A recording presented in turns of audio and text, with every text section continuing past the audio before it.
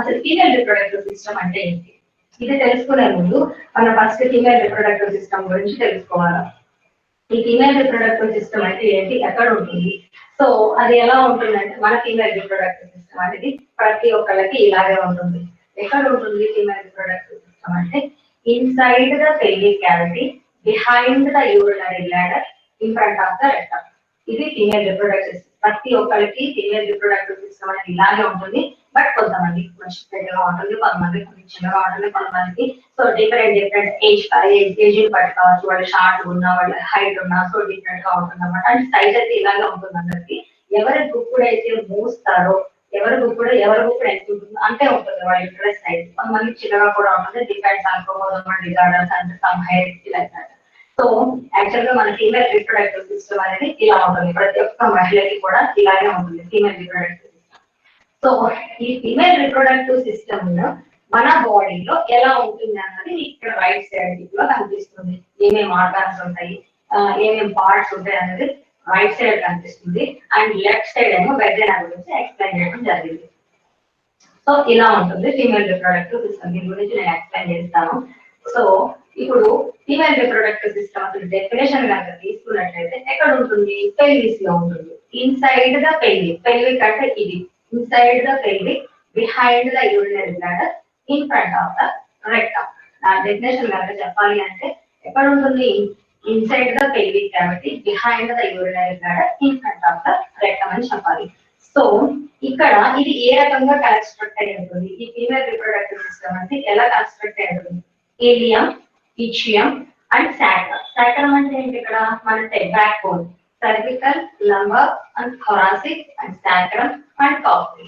ఈ సర్వికల్ వచ్చేసరికి మనకి 7 బ్లేడ్ ఉంటుంది. అంటే మన వర్టిబ్రే, మన స్పైన్ కావచ్చు. సర్వికల్ వచ్చేసరికి 7 బ్లేడ్స్ ఉంటాయి, థొరాసిక్ 12 బ్లేడ్స్ ఉంటాయి, లంబర్ 5 బ్లేడ్స్ ఉంటాయి. ఈ సాక్రమ్ కూడా 5 ఉంటుంది. 5 మొత్తం కలిపి ఒకటిగా కన్స్ట్రక్ట్ అయి ఉంటుంది. అంటే కాక్సిక్ రీజన్ అన్నమాట. ఇది చాలా కీ రోల్ పోషిస్తుంది డెలివరీ టైంలో. సో ఈ పెల్విక్ అనేది ఇలా కన్స్ట్రక్ట్ అయి ఉంటుంది. Ilium, ischium and sacrum. So ఇది దీనికన్నా ముందు ఈ ఫీమేల్ రిప్రొడక్టివ్ సిస్టమ్ కన్నా ముందు ఫస్ట్ మెన్స్ట్రువల్ సైకిల్ అంటే ఏంటో ప్రతి ఒక్క మహిళ తెలుసుకోవాలి. ఈ మెన్స్ట్రువల్ సైకిల్ ఎలా ఉంటుందంటే ఇలా గ్రాఫ్ రూపంలో మీకు ఈజీగా అర్థమవుతుంది అనమాట. ఫస్ట్ టు ఫిఫ్త్ వరకు మీకు రెడ్ లైన్ కనపడుతుంది అక్కడ, దానిని మెన్స్ట్రువల్ సైకిల్ అంటారు. ప్రతి ఒక్క మహిళకి కూడా 28 డేస్ సైకిల్ ఉంటుంది, 30 డేస్ సైకిల్ ఉంటుంది, 35 డేస్ సైకిల్ ఉంటుంది, 40 డేస్ సైకిల్ ఉంటుంది. 40 డేస్ వరకు అది నార్మల్ అన్నమాట. 40 డేస్ తర్వాత కనుక ఎక్సీడ్ అయితే అది అబ్నార్మల్, ఇమీడియట్ గా డాక్టర్ చెకప్ అనేది వెళ్ళాల్సి ఉంటుంది. సో ఇక్కడ ఫస్ట్ టు ఫిఫ్త్ వరకు అది మెన్స్ట్రువల్ పీరియడ్ అన్నమాట. జనవరి 1 నాకు పీరియడ్ వచ్చింది, 5th నాకు పీరియడ్ అయిపోయింది. 6th నుంచి ఏమైతుంది? 6th నుంచి 13th వరకు దాన్ని ఫాలిక్యులర్ స్టడీ అంటారు. సో అది నేను తర్వాత ఓవరీస్ వచ్చినప్పుడు చెప్తాను, అంత అర్థం కాదు. సో 5th నుంచి 13th వరకు ఫాలిక్యులర్ స్టడీ అంటారు. ఈ టైంలో ఏంటి అంటే అక్కడ చిన్న చిన్న రౌండ్ అవన్నీ ఫాలికల్స్, చిన్న చిన్న రౌండ్ గా పైన కనపడుతుంది అవన్నీ ఫాలికల్స్. అండ్ 14th ఓవులేషన్ అంటే ఓవో అనేది రిలీజ్ అవుతుంది. మళ్ళీ 15th నుంచి మళ్ళీ 25th వరకు మళ్ళీ ఎండోమెట్రియం అనేది తిక్క ఫామ్ అయిపోయి 29th మళ్ళీ ఫస్ట్ కి బ్లీడింగ్ అనేది స్టార్ట్ అవుతుంది అనమాట. సో ఇదే హెల్తీ ఉమెన్ కనుక తీసుకున్నట్లయితే ఒక మెన్స్ట్రువల్ సైకిల్ అనేది ఈ రకంగా ఉంటుంది.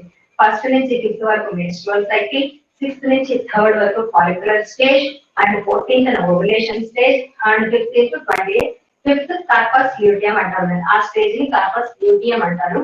అండ్ 7th నుంచి మళ్ళీ ఎండోమెట్రియం థిక్ గా ఫామ్ అయిపోయి మళ్ళీ బ్లీడింగ్ అనేది స్టార్ట్ అవుతుందని తెలుస్తుంది. ఇక్కడ ఒక మహిళని కనుక తీసుకున్నట్లయితే ఒక మహిళని 3 స్టేజెస్ గా డివైడ్ చేయడం అనేది జరిగింది. ఎలా అంటే 12 ఇయర్స్ నుంచి 15 ఇయర్స్ గర్ల్ ని, 12 ఇయర్స్ నుంచి 15 ఇయర్స్ గర్ల్ ని, ఆ యొక్క స్టేజ్ ని 15 ఇయర్స్ గర్ల్ యొక్క స్టేజ్ ని మెనార్కీ స్టేజ్ అంటారు. మెనార్కీ అంటే ఒక గర్ల్ యొక్క ఫస్ట్ పీరియడ్ అన్నమాట. ఒక గర్ల్ ఎప్పుడు కొంతమంది 12 ఇయర్స్ అవుతారు, కొంతమంది 13 ఇయర్స్ మెన్సెస్ వస్తుంది, కొంతమంది 14 ఇయర్స్, కొంతమంది 15 ఇయర్స్. అందుకని 12 to 15 ఇయర్స్ ని ఆ ఏజ్ ని ఆ స్టేజ్ ని మెనార్కీ స్టేజ్ అంటారు. మెనార్కీ అంటే ఒక గర్ల్ యొక్క first period. 15 to 45 is reproductive stage అంటారు. రీప్రొడక్టివ్ అంటే ఒక మహిళ గర్భం దాల్చడానికి సిద్ధంగా ఉన్నట్టు అనమాట. 45 to అబౌవ్ మెనోపాజల్ ఇష్యూస్ అనమాట. సో ఈ రకంగా ఒక మహిళని 3 స్టేజెస్ గా డివైడ్ చేయడం జరిగింది. 12 to 15 ఇయర్స్ ఏజ్ ని మెనార్కీ అంటారు. మరి 12 కి బిఫోర్ ఉన్న ఏజ్ ఏమంటారు? ప్యూబర్టీ అంటారు. 12 కి బిఫోర్ ఉన్న ఏజ్ ప్యూబర్టీ అంటారు. 12 to 15 ఇయర్స్ ఏజ్ మెనార్కీ అంటారు. 15 to 45 ఇయర్స్ ఏజ్ ని రిప్రొడక్టివ్ స్టేజ్ అంటారు. 45 to above మెనోపాజల్ ఇష్యూస్ అని అంటారు. సో ఇక్కడ ఫీమేల్ రిప్రొడక్టివ్ సిస్టమ్ అనేది ఎలా ఉంటుంది? ఎంత ఉంటుంది ఫీమేల్ రిప్రొడక్టివ్ సిస్టమ్? మీకు ఇప్పుడు ఎంత ఉంటుందో అంతే ఉంటుంది. యూట్రస్ ఎంత ఉంటుంది, మీకు ఇప్పుడు ఎంత ఉంటుందో అంతే ఉంటుంది. సో ఈ రకంగా ఫీమేల్ రిప్రొడక్టివ్ సిస్టమ్ మన బాడీలో ఎలా ఉంటుంది అన్నది ఇక్కడ మీకు కరెక్ట్ గా దాని యొక్క ఇండికేట్ చేసి చూపిస్తారు. యురత్రా ఉంటుంది, యూట్రస్ ఉంటుంది, సో అదంతా కన్ఫ్యూజ్ అవుతారు. సర్వీస్ ఎక్కడ ఉంటుంది, రెక్టమ్, వెజైనా ఇవన్నీ ఎక్కడ ఉంటుంది అనేది రైట్ సైడ్ మన లోపల బాడీలో ఎలా ఉంటుంది అనేది ఆ పార్ట్స్ అనమాట. ఇట్ సైడ్ ఏంటంటే వెజైనా ఎలా ఉంటుంది, వెజైనా యొక్క పార్ట్స్ అనేది చూపించడం జరిగింది. సో ఇది కూడా అంతే.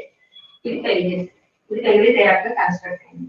సో ఇక్కడ ఫీమేల్ రిప్రొడక్టివ్ సిస్టమ్ అంటే ఇప్పుడు నేను చెప్పాను, inside the pelvic cavity, behind the urinary bladder, in front of the rectum అని చెప్పాను. సో ఇక్కడ female reproductive system can be divided into 2 parts. ఆ పార్ట్స్ ఏంటి? External sex organs and internal sex organs. ఈ ఎక్స్టర్నల్ సెక్స్ ఆర్గన్స్ ఏంటి? This is vagina. ఈ vagina ఒక parts అన్నమాట. ఇవన్నీ ఫస్ట్ ది అక్కడ మీకు లైట్ గా హెయిర్ కనబడుతుంది చూడండి, దాన్ని మాన్స్ ప్యూబిస్ అంటారు. వెజైనా పైన కొవ్వెత్తుగా ఉంటుంది కదా, దాని మీద హెయిర్ అంతా వచ్చుంటుంది కదా, దాన్ని ఆ పార్ట్ ని మాన్స్ ప్యూబిస్ అంటారు. మాన్స్ ప్యూబిస్ అంటే ఒక మౌండ్, ఒక దిబ్బలాగా ఉంటుంది కాబట్టి మాన్స్ ప్యూబిస్ అంటారు. ఇట్స్ అ ఫ్యాటీ టిష్యూ అన్నమాట. నెక్స్ట్ వెజైనాకి లేయర్స్ ఉంటాయి. దానిని ఫస్ట్ లేయర్ ని లబియా మెజోరా అంటారు. ఇది ఏం చేస్తుందంటే it protects the external sex organ. External sex organs ఏంటి? లైక్ పెనిస్ అన్నమాట. So లబియా majora. నెక్స్ట్ వన్ ఏంటి? లబియా మెనోరా. ఇదేంటి? లబియా మెజోరా లోపల ఉంటుంది అన్నమాట. ఇది ఎక్కడ సరౌండ్ అయి ఉంటుంది? వెజైనల్ అండ్ యురెత్రా ఓపెనింగ్ కి సరౌండింగ్ గా ఉంటుంది. నెక్స్ట్ వచ్చేసరికి క్లిటోరిస్. క్లిటోరిస్ అంటే ఏంటి? ఎక్కడైతే లబియా మెజోరా అండ్ లబియా మెనోరా రెండు కనెక్ట్ అవుతాయో, రెండు కలుస్తాయో, సో దాన్ని క్లిటోరిస్ అంటారు. ఇట్స్ హైలీ సెన్సిటివ్ పార్ట్ అనమాట. నర్వ్ ఎండింగ్స్ అన్ని కూడా అక్కడే ఉంటాయి. నెక్స్ట్ వచ్చేసి ఊల్వల్ వెస్టిబ్యూల్. ఇదేంటి అంటే వెజైనా అండ్ యురెథ్రల్ ఓపెనింగ్ అన్నమాట. మన యొక్క వెజైనా కనుక, ఒక మహిళ యొక్క వెజైనా కనుక తీసుకున్నట్లయితే పార్ట్స్ అన్ని ఈ రకంగా డివైడ్ చేయడం అనేది జరిగింది. First one mons pubis, labia majora, labia minora, clitoris and vulval vestibule. Result వస్తుంది. Next internal sex organs. So ఇప్పుడు మనం ఎక్స్టర్నల్ సెక్స్ ఆర్గాన్స్ చెప్పుకున్నాం కదా, next internal sex organs. Internal sex organs వచ్చేసరికి ఇక్కడ చూపిస్తాను. ఇది ఓవరీస్, ఇది సాలకియన్ ట్యూబ్స్, ఇది యుటరస్, ఇది సర్విక్స్, ఇది వెజైనా. ఓకే, సో ఇక్కడ ఓవరీస్ గురించి తెలుసుకుందాం. ఫస్ట్ ఓవరీస్ అంటే ఏంటి, ఎలా ఉంది? So this is the ovary. ఇక్కడ చిన్న ఎగ్జాంపుల్ చెప్తాను. నేను మా మదర్ కడుపులో ఉన్నప్పుడే నాకు ఫీమేల్ రిప్రొడక్టివ్ సిస్టమ్ ఉంది, ఓవరీస్ ఉన్నాయి. ఈ మొత్తం ఈ ఫీమేల్ రిప్రొడక్టివ్ సిస్టమ్ లో ఓవరీస్ ఉన్నాయి, సాలకియన్ ట్యూబ్స్ ఉన్నాయి, యుటరస్ ఉంది, సర్విక్స్ ఉంది, వెజైనా ఉంది. అయితే ఓవరీస్ లో ఏముంటాయంటే so many follicles sitting in the ovary. నేను మా మదర్ కడుపులో ఉన్నప్పుడే కొన్ని లక్షల గుడ్లు అనేవి ఓవరీస్ లో ఉన్నాయన్నమాట.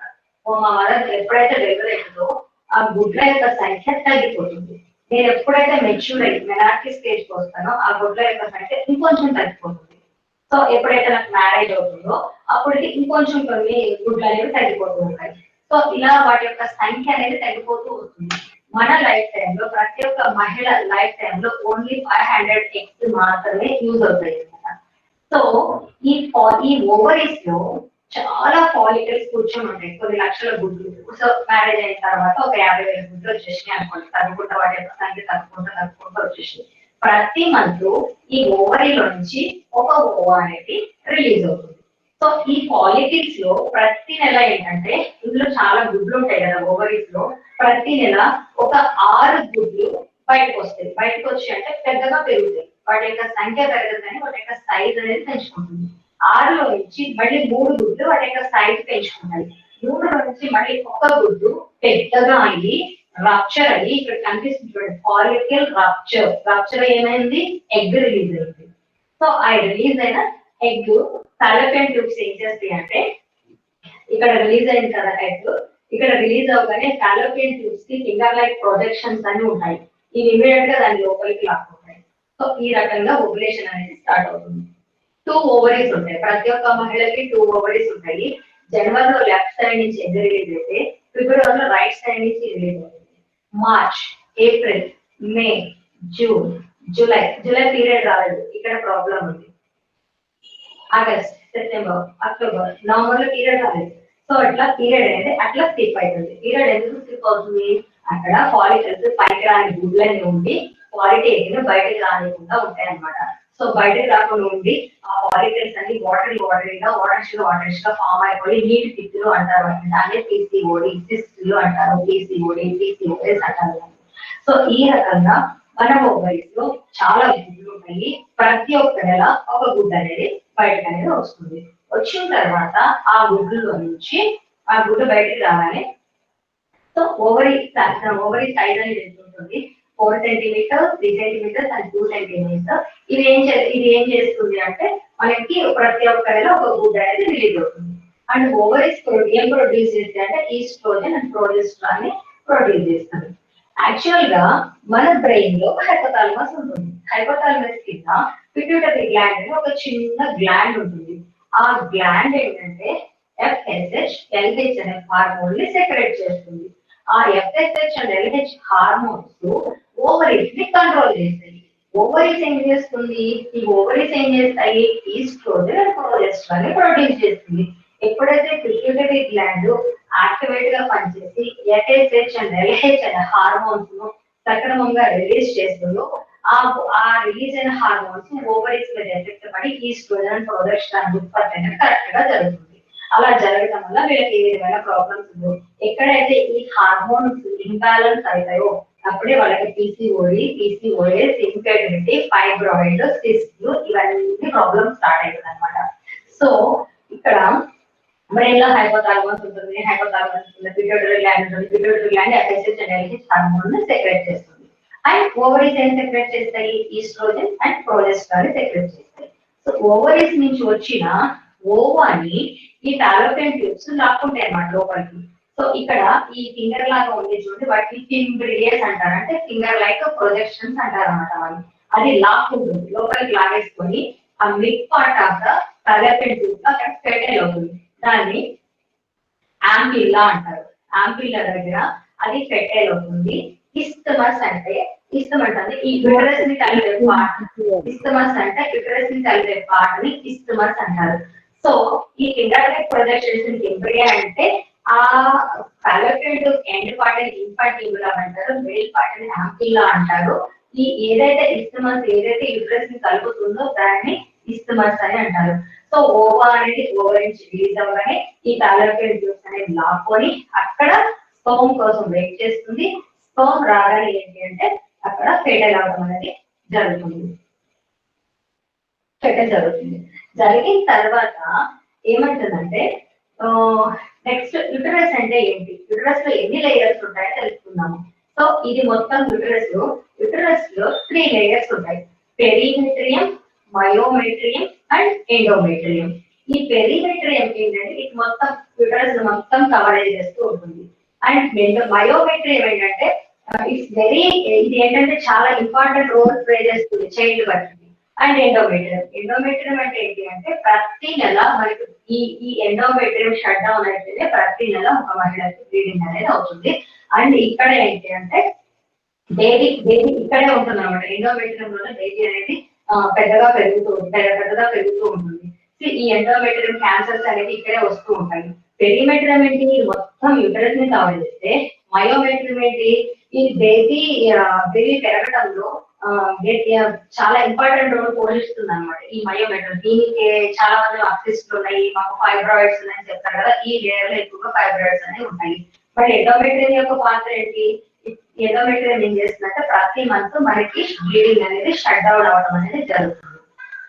సో ఈ బ్లీడింగ్ షట్ డౌన్ అయితేనే మనకి మళ్ళీ నెక్స్ట్ మళ్ళీ పీరియడ్ అనేది స్టార్ట్ అవుతుంది. ప్రతి నెల 60 ml బ్లీడింగ్ అనేది మనకు బయటకు వచ్చేస్తుంది. మళ్ళీ ప్రతి నెల ఇలా అంత మెన్స్ట్రువల్ సైకిల్ చెప్పాను 1 to 15 వచ్చేసరికి మెన్స్ట్రువల్ సైకిల్ అండ్ 16 to 13 వచ్చే follicular study 14 ovulation and 15 to and మళ్ళీ 19 15 to 20 years వరకు కార్పస్ ల్యూటియం స్టేజ్ అంటే ఈ ఎండోమెట్రియం అనేది థిక్ గా ఫామ్ అవడానికి మళ్ళీ ఫస్ట్ పీరియడ్ అనేది స్టార్ట్ అవడం అనేది జరుగుతుంది.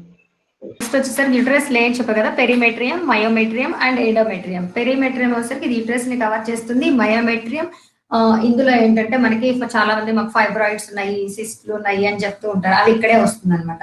ఎండోమెట్రియం వచ్చేసరికి ఎవ్రీ మంత్ ప్రతి ఒక్క మహిళకి ఈ ఎండోమెట్రియం అనేది షట్ డౌన్ అయిపోవాలా అనమాట. షట్ డౌన్ అయితేనే వాళ్ళకి మెన్సెస్ అనేది వస్తుంది. షట్ డౌన్ అవ్వకుండా కొంతమందికి ఏమైతుందంటే అది అక్కడే గూడు కట్టుకుపోతుంది. ఈ యూట్రస్ పైన కావచ్చు, సైడ్స్ కావచ్చు, ఇక్కడ కావచ్చు, అది ఓవరీస్ మీదకి రావచ్చు. సో ఇట్లా గూడు కట్టుకుని అయిపోతుంది. దాన్ని ఎండోమెట్రియాసిస్ అంటారు అనమాట. అది ఇట్స్ ఎంటైర్లీ డిఫరెంట్. దాన్ని ఎండోమెట్రియాసిస్ అంటారు. సో వాళ్ళకు కూడా సివియర్ స్టమక్ పెయిన్ వస్తుంది, పిల్లలు పుట్టరు, ఇన్ఫర్టిలిటీ ఉంటుంది, so many problems they will face అనమాట. సో ఈ యూట్రస్ అనేది ఇన్ని లేయర్స్ గా ఫామ్ అయి ఉంటుంది. Perimetrium and myometrium and endometrium. Next వచ్చేసరికి సర్విక్స్. మీకు ఆల్రెడీ నేను ఓవరీ గురించి చెప్పాను. ఓవరీలో చాలా గుడ్లు ఉంటాయి. ప్రతి ఒక్క ఓవరీ నుంచి ప్రతి నెల ఒక ఎగ్ రిలీజ్ అవుతుంది. రిలీజ్ అయిన ఎగ్ ని ఫాలోపియన్ ట్యూబ్స్ దాని లోపలికి లాక్కుంటాయి. లాక్కున్న తర్వాత ఇక్కడే స్పర్మ్ కోసం వెయిట్ చేస్తుంది. స్పర్మ్ రాగానే ఇక్కడ ఫెర్టైల్ అవుతుంది. ఫెర్టైల్ అయిన తర్వాత అది యూట్రస్ లోకి వచ్చి ఇంప్లాంట్ అయిపోతుంది. ఎక్కడ ఫెర్టైల్ అవుతుంది? ఫాలోపియన్ ట్యూబ్స్ లో ఫెర్టైల్ అయ్యి యూటరస్ లోకి వచ్చి ఇంప్లాంట్ అవుతుంది.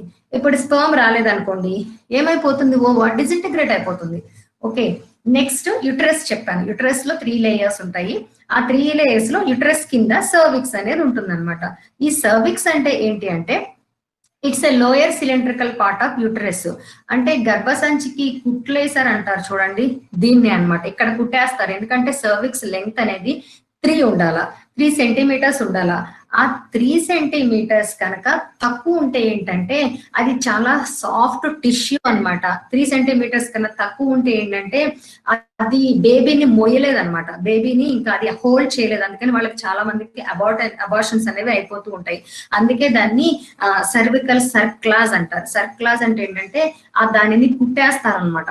కుట్టేయటం వల్ల అప్పుడు బేబీ అనేది నిలబడుతుంది అనమాట. లేదు అంటే ఈ సర్వికల్ లెంగ్త్ అనేది 3 సెంటీమీటర్స్ ఉండాలి. కానీ 3 సెంటీమీటర్స్ కన్నా 3 సెంటీమీటర్స్ ఉంటే 2.9 ఉన్నా పర్వాలేదు. ఇంకా అంతకన్నా తక్కువ ఈ లెంగ్త్ అనేది ఉంటే వాళ్ళు సర్వికల్ సర్క్లాజ్ అనేది చేస్తారు, అంటే సర్విక్స్ కి కుట్టేస్తారు. మరి దీని యొక్క పాత్ర ఏంటి? దీని యొక్క పాత్ర ఏంటి అంటే డైలేషన్ అవుతుంది అనమాట.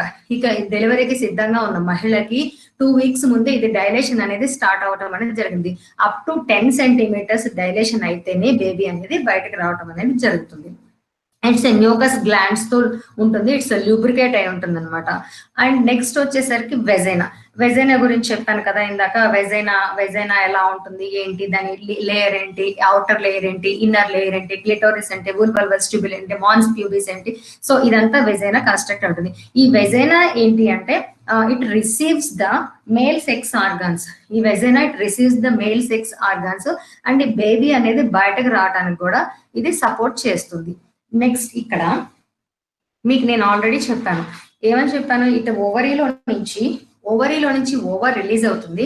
చూడండి, అక్కడ ఓవరీ కనపడుతుంది. ఓవరీ నుంచి ఓవర్ రిలీజ్ అవుతుంది. రిలీజ్ అవ్వగానే ఆ ఫింగర్ లైక్ ప్రొజెక్షన్స్ అనేవి ఓవాని లోపలికి లాక్కుంటుంది. ఆ ఎగ్ ని లోపలికి లాక్కుంటుంది. స్పర్మ్ అనేది వస్తే ఏంటంటే ఓవా ప్లస్ స్పర్మ్ రెండు కలిసి జైగోట్ గా ఫామ్ అవుతాయి. ఆ జైగోట్ గా ఫామ్ అయిన తర్వాత ఈ ప్రాసెస్ అంతా కూడా ఫాలోపియన్ ట్యూబ్స్ లోనే జరుగుతుంది. ఈ ఫాలోపియన్ ట్యూబ్స్ లో జరిగిన తర్వాత అక్కడ ఫామ్ అయిన తర్వాత జైగోట్ గా ఫామ్ అయిన తర్వాత అదేంటంటే చాలా సెల్స్ గా డివిజన్ అయిపోతుంది. Day 1, Day 2, Day 3, Day 4, Day 5, Day 6, Day 7, Day 8 కల్లా అది సెల్స్ గా డివిజన్ అవుతూ ఒక బంతి లాగా ఏర్పడుతుంది అనమాట. ఆ బంతిలో అన్ని సెల్సే ఉంటాయి. బంతి లాగా ఏర్పడి అది లాస్ట్ కి ఏంటంటే బ్లాస్టోసిస్ట్ గా మారి వచ్చి ఆ యూటరస్ కి ఇక్కడ లోపల అతుక్కుంటుంది. ఆ బ్లాస్టోసిస్ట్ గా మారి లోపలికి వచ్చి ఇక్కడ యూటరస్ లో అతుక్కుంటుంది అనమాట. సో ఇది మొత్తం టోటల్ ప్రాసెస్. అసలు ఓవర్ రిలీజ్ అవుతుంది, మెన్స్ట్రువల్ సైకిల్ అంటే ఏంటి, మెన్స్ట్రువల్ సైకిల్ అసలు ఎలా స్టార్ట్ అవుతుంది, అసలు స్టేజెస్ ఒక మహిళ యొక్క లైఫ్ ని ఎన్ని రకాలుగా డివైడ్ చేశారు, ఒక ఉమెన్ ని ఎన్ని స్టేజెస్ గా డివైడ్ చేశారు. నెక్స్ట్ మెన్స్ట్రువల్ సైకిల్ అంటే ఏంటి, మెన్స్ట్రువల్ సైకిల్ ఎంతమందికి ఒక్కొక్క మహిళకి ఒక్కొక్క రకంగా ఉంటుంది మెన్స్ట్రువల్ సైకిల్. కొంతమంది 28 డేస్ సైకిల్, కొంతమంది 30 డేస్ సైకిల్, కొంతమంది 35, కొంతమంది 40 వరకు ఇట్స్ నార్మల్. అబోవ్ 40 ఉంటేనే ఇట్స్ అబ్నార్మల్, ఇమీడియట్ గా డాక్టర్ చెకప్ కి వెళ్లాల్సి ఉంటుంది. ఆ తర్వాత ఎక్స్టర్నల్ సెక్సువల్ ఆర్గాన్స్ అంటే ఏంటి, వెజైనా గురించి ఎక్స్ప్లెయిన్ చేసింది. ఆ తర్వాత ఇంటర్నల్ సెక్సువల్ ఆర్గాన్స్ ఏంటి, ovaries, Fallopian tubes, uterus, cervix and vagina, వాటి యొక్క రోల్ ఏంటి. అండ్ నెక్స్ట్ వచ్చేసరికి ఓవా ఎలా రిలీజ్ అవుతుంది, రిలీజ్ అయిన ఓవాని ఫాలోపియన్ ట్యూబ్స్ ఎట్లా లాక్కుంటాయి, ఎక్కడ ఫెర్టిలైజ్ అవుతుంది, ఎక్కడ ఇంప్లాంట్ అవుతుంది. ఇంప్లాంట్ అయిన దగ్గర నుంచి అక్కడ ఇంప్లాంట్ అయిపోతుంది. యుటరస్ లో ఇంప్లాంట్ అయిపోయిన దగ్గర నుంచి ఫస్ట్ మంత్ లో బేబీ అనేది ఇలా ఉంటుంది, ఒక బియ్యపు గింజ ఆకారంలో ఉంటుంది.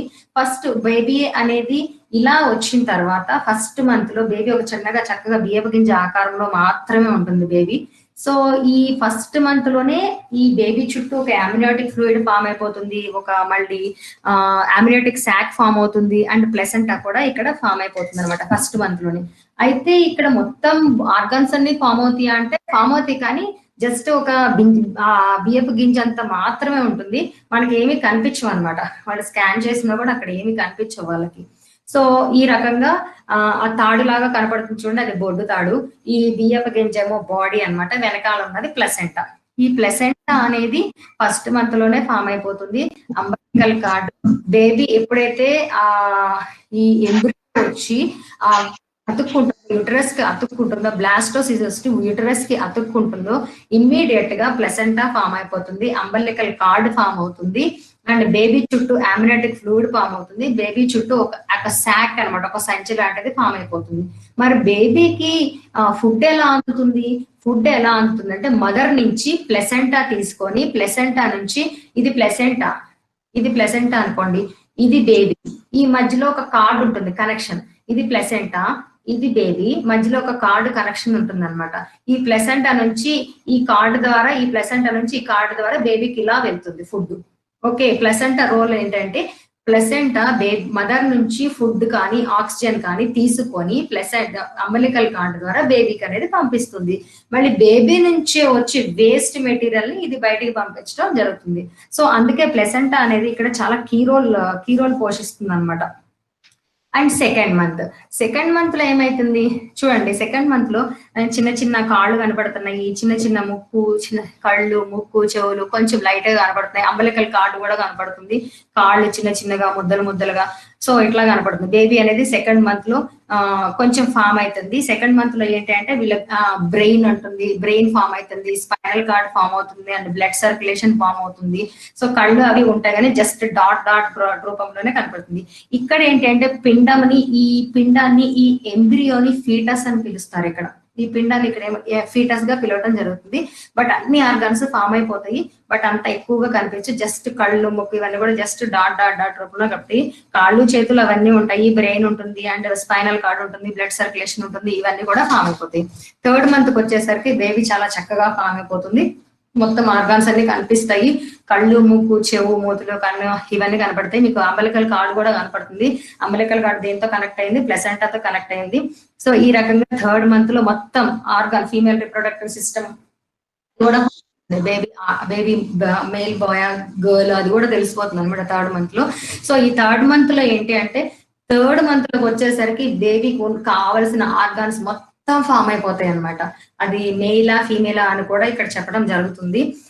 థర్డ్ మంత్ ఎండింగ్ లో తెలుస్తుంది, అంటే fourth month entering, third month ending లోనే తెలుస్తుంది బేబీ బాయ్ గర్ల్ అనేది. సో ఈ లోపు మొత్తం ఆర్గాన్స్ అన్ని ఫామ్ అయిపోతాయి అనమాట. సో ఫోర్త్ మంత్ లో బేబీ ఇంకొంచెం పెద్దగా పెరుగుతుంది. సో ఇక్కడ ఏంటి అంటే బేబీ నోట్లో వేలేసుకోవడం స్టార్ట్ చేస్తుంది. ఫోర్త్ మంత్ వచ్చేసరికి బేబీ నోట్లో వేలేసుకోవడం స్టార్ట్ అవుతుంది. వెనకాల ప్లసెంటా కూడా ఉంది చూడండి, వెనకాల ప్లసెంటా అండ్ అంబలికల్ కార్డ్ రెండు వేసుకొని ఉంది బేబీ. సో ఫోర్త్ మంత్ లో ఏంటంటే బేబీ నోట్లో వేలేసుకోవడం స్టార్ట్ అవుతుంది. ఫిఫ్త్ మంత్ కి వచ్చేసరికి బేబీకి తల మీద హెయిర్ వస్తుంది, అండ్ బేబీ బాడీ చుట్టూ ఒక పూతలాగా ఏర్పడుతుంది అనమాట, తెల్లటి పూతలాగా ఏర్పడుతుంది. మీరు చాలా మూవీస్ లో చూసే ఉంటారు, బేబీ పుట్టగానే బాడీ అంతా తెల్లగా కనపడుతుంది అనమాట. అదేంటంటే బేబీ మీద ఒక లేయర్ ఫామ్ అవుతుంది. ఎందుకంటే బేబీ అనేది అమ్నియోటిక్ ఫ్లూయిడ్ లో ఉంటుంది. ఆ వాటర్ లో నానకుండా ఏంటి అంటే బేబీ చుట్టూ ఒక తెల్లటి లేయర్ అనేది ఫామ్ అవుతుంది 5th మంత్ లో. అది ఫామ్ అయింది, డెలివరీ అవ్వగానే తుడిచేస్తారు, తీసేస్తారు, బయటికి రాగానే తీసేస్తారు అనమాట దాన్ని. సో ఈ 5th మంత్ లో ఏంటంటే బేబీకి తల మీద హెయిర్ అనేది రావటం స్టార్ట్ అవుతుంది. సో ఇంకొకటి ఏంటంటే ఇక్కడ కండరాలు, ఈ మజిల్స్ అనేవి బాగా పనిచేయడం స్టార్ట్ అవుతుంది. 6th మంత్ లోకి వచ్చేసరికి బేబీ కొంచెం బాగా రెడిష్ గా కనబడటం జరుగుతుంది బేబీ. ఇక్కడ బయట నుంచి వచ్చే శబ్దాలను వింటుంది, ఎక్కిళ్ళు కూడా బాగా వస్తూ ఉంటాయి, బయట నుంచి వచ్చే శబ్దాలకి రెస్పాండ్ అవుతుంది అనమాట. అండ్ ఎక్కిళ్ళు కూడా వీళ్ళకి బాగా వస్తుంది. ఇంకా 7th మంత్ వచ్చేసరికి అమ్నియోటిక్ ఫ్లూయిడ్ అనేది తగ్గిపోతూ ఉంటుంది. ఎందుకు అంటే బేబీ కొంచెం పెద్దగా పెరుగుతూ ఉంటుంది కాబట్టి ఇంకా స్పేస్ ఉండదు, ఇంకా స్పేస్ ఉండదు. సో పొట్టలో స్పేస్ ఉండదు. స్పేస్ ఉండకపోవడం వల్ల ఏంటంటే కొంచెం అమ్నియోటిక్ ఫ్లూయిడ్ అనేది స్లోగా తగ్గుకుంటూ వస్తుంది. వీళ్ళకి ఏంటంటే ఈ టైంలో శరీరం బాడీలో కొంచెం ఫ్యాట్ కూడా బాగా పెరుగుతుంది అనమాట బాడీలో వీళ్ళకి. ఇంకా బయట నుంచి వచ్చే శబ్దాలకి, లైట్లకి, వీటికి వాటికి రెస్పాండ్ అవుతూ ఉంటుంది. సో 8th మంత్ వచ్చేసరికి ఫ్యాటీ నిల్వలు ఇంకా ఎక్కువ పెరిగిపోతాయి, అంటే ఇంకొంచెం పెద్దగా అవుతూ ఉంటుంది బేబీ. సో 8th మంత్ లో అలా ఉంటుంది. అండ్ 9th మంత్ వచ్చేసరికి ఎప్పుడెప్పుడు బయటకు వచ్చేసేయాలా అన్నట్టు ఉంటుంది అనమాట. సో ఇక్కడ 9th మంత్ కి వచ్చేసరికి మొత్తం బేబీ అనేది ఎప్పుడు బయటకు వచ్చేసేయాలా అంటే ఆ మొత్తం పూర్తిగా టోటల్ గా పెరిగిపోయి ఇంకా లోపల ఉండలేక ఇక బయటకు వచ్చేయాలనుకుంటుంది. సో ఇది మొత్తం ఫీమేల్ రిప్రొడక్టివ్ సిస్టమ్. సరే, ఇక్కడ ఈ ఫీమేల్ రిప్రొడక్టివ్ సిస్టమ్ చెప్పుకున్నాం కదా. అసలు ప్రెగ్నెన్సీ ఎన్ని రకాలుగా ఉంటుంది చాలా మందికి తెలియంది. ప్రెగ్నెన్సీ ఎన్ని టైప్స్ ఆఫ్ ప్రెగ్నెన్సీ ఉంది అంటే 3 టైప్స్ ఆఫ్ ప్రెగ్నెన్సీ అనమాట. ఒకటి intra uterine pregnancy. Intra uterine అంటే యూటరస్ వచ్చే ప్రెగ్నెన్సీ. రెండోది ఫాలోపియన్ ట్యూబ్ లో వచ్చే ప్రెగ్నెన్సీ, దాన్ని ఎక్టోపిక్ ప్రెగ్నెన్సీ అంటారు. ఫాలోపియన్ ట్యూబ్ లో వచ్చే ప్రెగ్నెన్సీ ఎక్టోపిక్ ప్రెగ్నెన్సీ. మరి ఇంకోటి మోలార్ ప్రెగ్నెన్సీ. మోలార్ ప్రెగ్నెన్సీ అంటే ఏంటి? ముత్యాల గర్భం అంటారు. ముత్యాల గర్భం ఎందుకు వస్తుంది? వాళ్ళకి ఏమైనా క్రోమోజోమల్ డిజార్డర్స్ ఉన్నా వీటి వల్ల ఏంటంటే వాళ్ళకి ముత్యాల గర్భం, క్రోమోజోమల్ డిజార్డర్స్ అంటే XXXY ఇవి ఉంటాయన్నమాట. XX అయితే అమ్మాయి అని, YY అయితే అబ్బాయి అని, XX YY. సో అలా ఒక ప్రాపర్ వేలో కలవకుండా ఇన్బ్యాలెన్స్ గా కలిస్తే ఏంటంటే క్రోమోజోమల్ డిజార్డర్స్ వల్ల ఈ ముత్యాల గర్భం అనేది వస్తుంది. అంటే ప్రెగ్నెన్సీ 3 టైప్స్ ఆఫ్ ప్రెగ్నెన్సీ ఉంది. ఒకటి ఇంట్రా యూటరైన్ ప్రెగ్నెన్సీ, రెండోది ఫాలోపియన్ ట్యూబ్ ప్రెగ్నెన్సీ, మూడోది ectopic pregnancy. Intra uterine pregnancy అయితే వాళ్ళు సేఫ్ అనమాట. అండ్ ఫాలోపియన్ ట్యూబ్ ప్రెగ్నెన్సీ అంటే ఫాలోపియన్ ట్యూబ్స్ లో ఇక్కడ కనుక ప్రెగ్నెన్సీ వచ్చింది అనుకోండి, ఇక్కడ బేబీ పెరుగుతుందా? పెరగలేదు. మరి ఏమవుతుంది? ఈ ఫాలోపియన్ ట్యూబ్ అనేది బ్లాస్ట్ అయిపోతుంది కాబట్టి వాళ్ళకి ఇక్కడ కనుక బేబీ పెరుగుతున్నట్లయితే వాళ్ళకి సివియర్ గా స్టమక్ పెయిన్ రావడం వల్ల ఇమీడియట్ గా వాళ్ళ డాక్టర్ దగ్గరికి వెళ్తారు. డాక్టర్ ఏం చేస్తుందంటే ఇమీడియట్ గా దాన్ని రిమూవ్ చేయడం జరుగుతుంది. లేదంటే వాళ్ళ ఫాలోపియన్ ట్యూబ్స్ బ్లాస్ట్ అయిపోతాయి, తల్లి కూడా చనిపోయే ప్రమాదం ఉంటుంది. నెక్స్ట్ వచ్చేసరికి ముత్యాల గర్భం. ఈ ముత్యాల గర్భం ఏంటంటే క్రోమోజ్ చెప్పండి. 1 minute మేడం. చెప్పండి.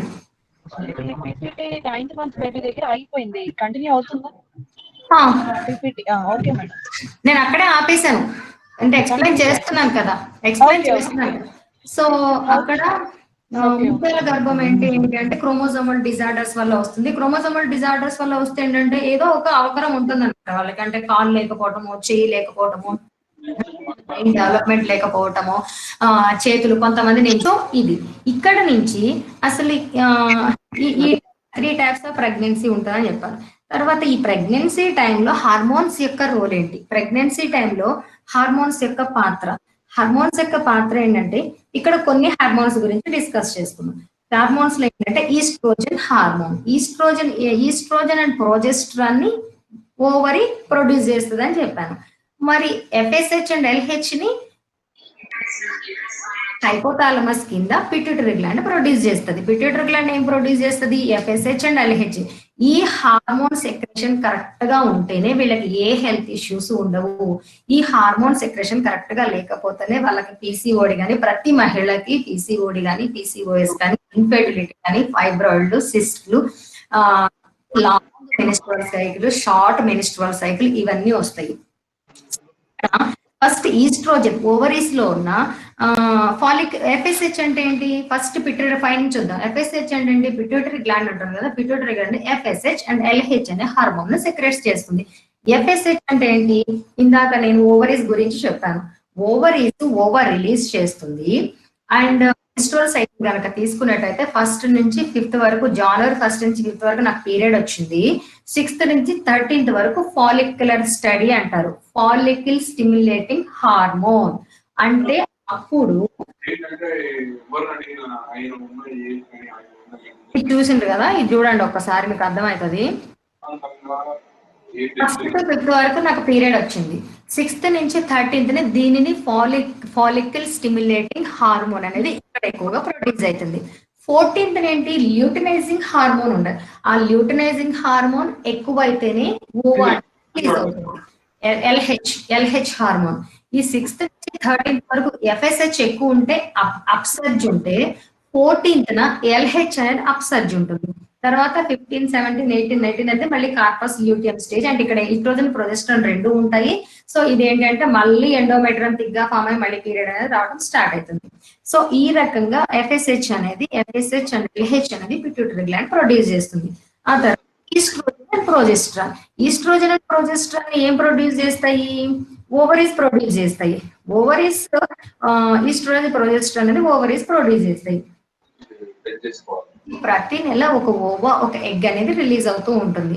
ఈ ఎగ్ అనేది స్పర్మ్ తో కలిస్తేనే ఫెర్టిలైజేషన్ అవుతుంది. స్పర్మ్ తో కలవకపోతే అది డిసింటిగ్రేట్ అయిపోతుంది. మరి ఈ ఈస్ట్రోజన్ అండ్ ప్రొజెస్ట్రాన్ యొక్క రోల్ ఏంటి ఇక్కడ? ఈస్ట్రోజన్ ఏంటంటే it's a female sex organ. Estrogen అనేది ఫీమేల్ సెక్స్ ఆర్గాన్. ఇది మేల్ లో అండ్ ఫీమేల్ లో బోన్స్ ని చాలా స్ట్రెంగ్తీగా ఉంచుతుంది. ఇది మెన్స్ట్రువల్ సైకిల్ రెగ్యులేట్ చేస్తుంది అంట. ఈస్ట్రోజన్ అనేది మెన్స్ట్రువల్ సైకిల్ రెగ్యులేట్ చేస్తుంది. మరి ప్రొజెస్ట్రాన్ ఏం చేస్తుంది అంటే కనుక ఇందాక ఎంబ్రియో చెప్పాను కదా, ఆ ఎంబ్రియో యూటరస్ కి అతుక్కుంటుంది కదా, అతుక్కోవడానికి కావలసినట్టు ఈ ఎండోమెట్రియం ని ప్రిపేర్ చేస్తుంది అనమాట ప్రొజెస్ట్రాన్. సో ఈ రకంగా ఈస్ట్రోజన్ ప్రొజెస్ట్రాన్ ఫంక్షన్స్ అవి నిర్వహిస్తూ ఉంటాయి డ్యూరింగ్ ప్రెగ్నెన్సీ. మరి తర్వాత ఇంకొక హార్మోన్ ఏంటి, హెచ్సిజి. ఈ హెచ్సిజి అనే హార్మోన్ ఓన్లీ డ్యూరింగ్ ప్రెగ్నెన్సీ టైంలోనే అది ప్రొడ్యూస్ అవుతుంది. ఎవరు ప్రొడ్యూస్ చేస్తారు, ప్లాసెంటా అనేది ప్రొడ్యూస్ చేస్తుంది. ప్లాసెంటా అంటే నేను చెప్పాను ఇందాక, ప్లాసెంటా యుటరస్ కి అతుక్కొని ఉంటుంది. ప్లాసెంటాని బేబీకి ఫుడ్ అది మొత్తం సప్లై చేస్తుంది అని చెప్పాను. సో ఈ ప్లాసెంటా హెచ్సిజి అనే హార్మోన్ సెక్రెట్ చేసి అది బ్లడ్ లోకి అనేది పంపిస్తుంది. ఇది ఓన్లీ డ్యూరింగ్ ప్రెగ్నెన్సీ టైంలోనే వస్తుంది. After prolactin. ఈ ప్రోలాక్టిన్ ఏంటి, ఈ ప్రోలాక్టిన్ ని కూడా పిట్యూటరీ గ్లాండ్ సెక్రెట్ చేస్తుంది. డెలివరీ తర్వాత బేబీకి ఫీడింగ్ ఇవ్వడానికి ఈ హార్మోన్ అనేది చాలా తోడ్పడుతుంది. ఆక్సిటోసిన్ కూడా అంతే, యుటరన్ కాంట్రాక్షన్స్ అనమాట. ఈ ఆక్సిటోసిన్ హార్మోన్ లెవెల్స్ కనుక ఇంక్రీజ్ అయితే మేల్ తో సెక్స్ చేయాలి అన్న ఫీలింగ్స్ అనేవి వస్తాయి అనమాట. ఆక్సిటోసిన్ యాక్చువల్ గా ఈ ప్రెగ్నెన్సీని 3 ట్రైమిస్టర్స్ గా డివైడ్ చేస్తారు.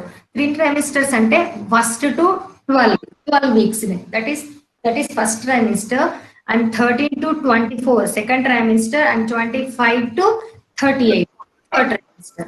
So 36 ఈ థర్డ్ ట్రైమిస్టర్.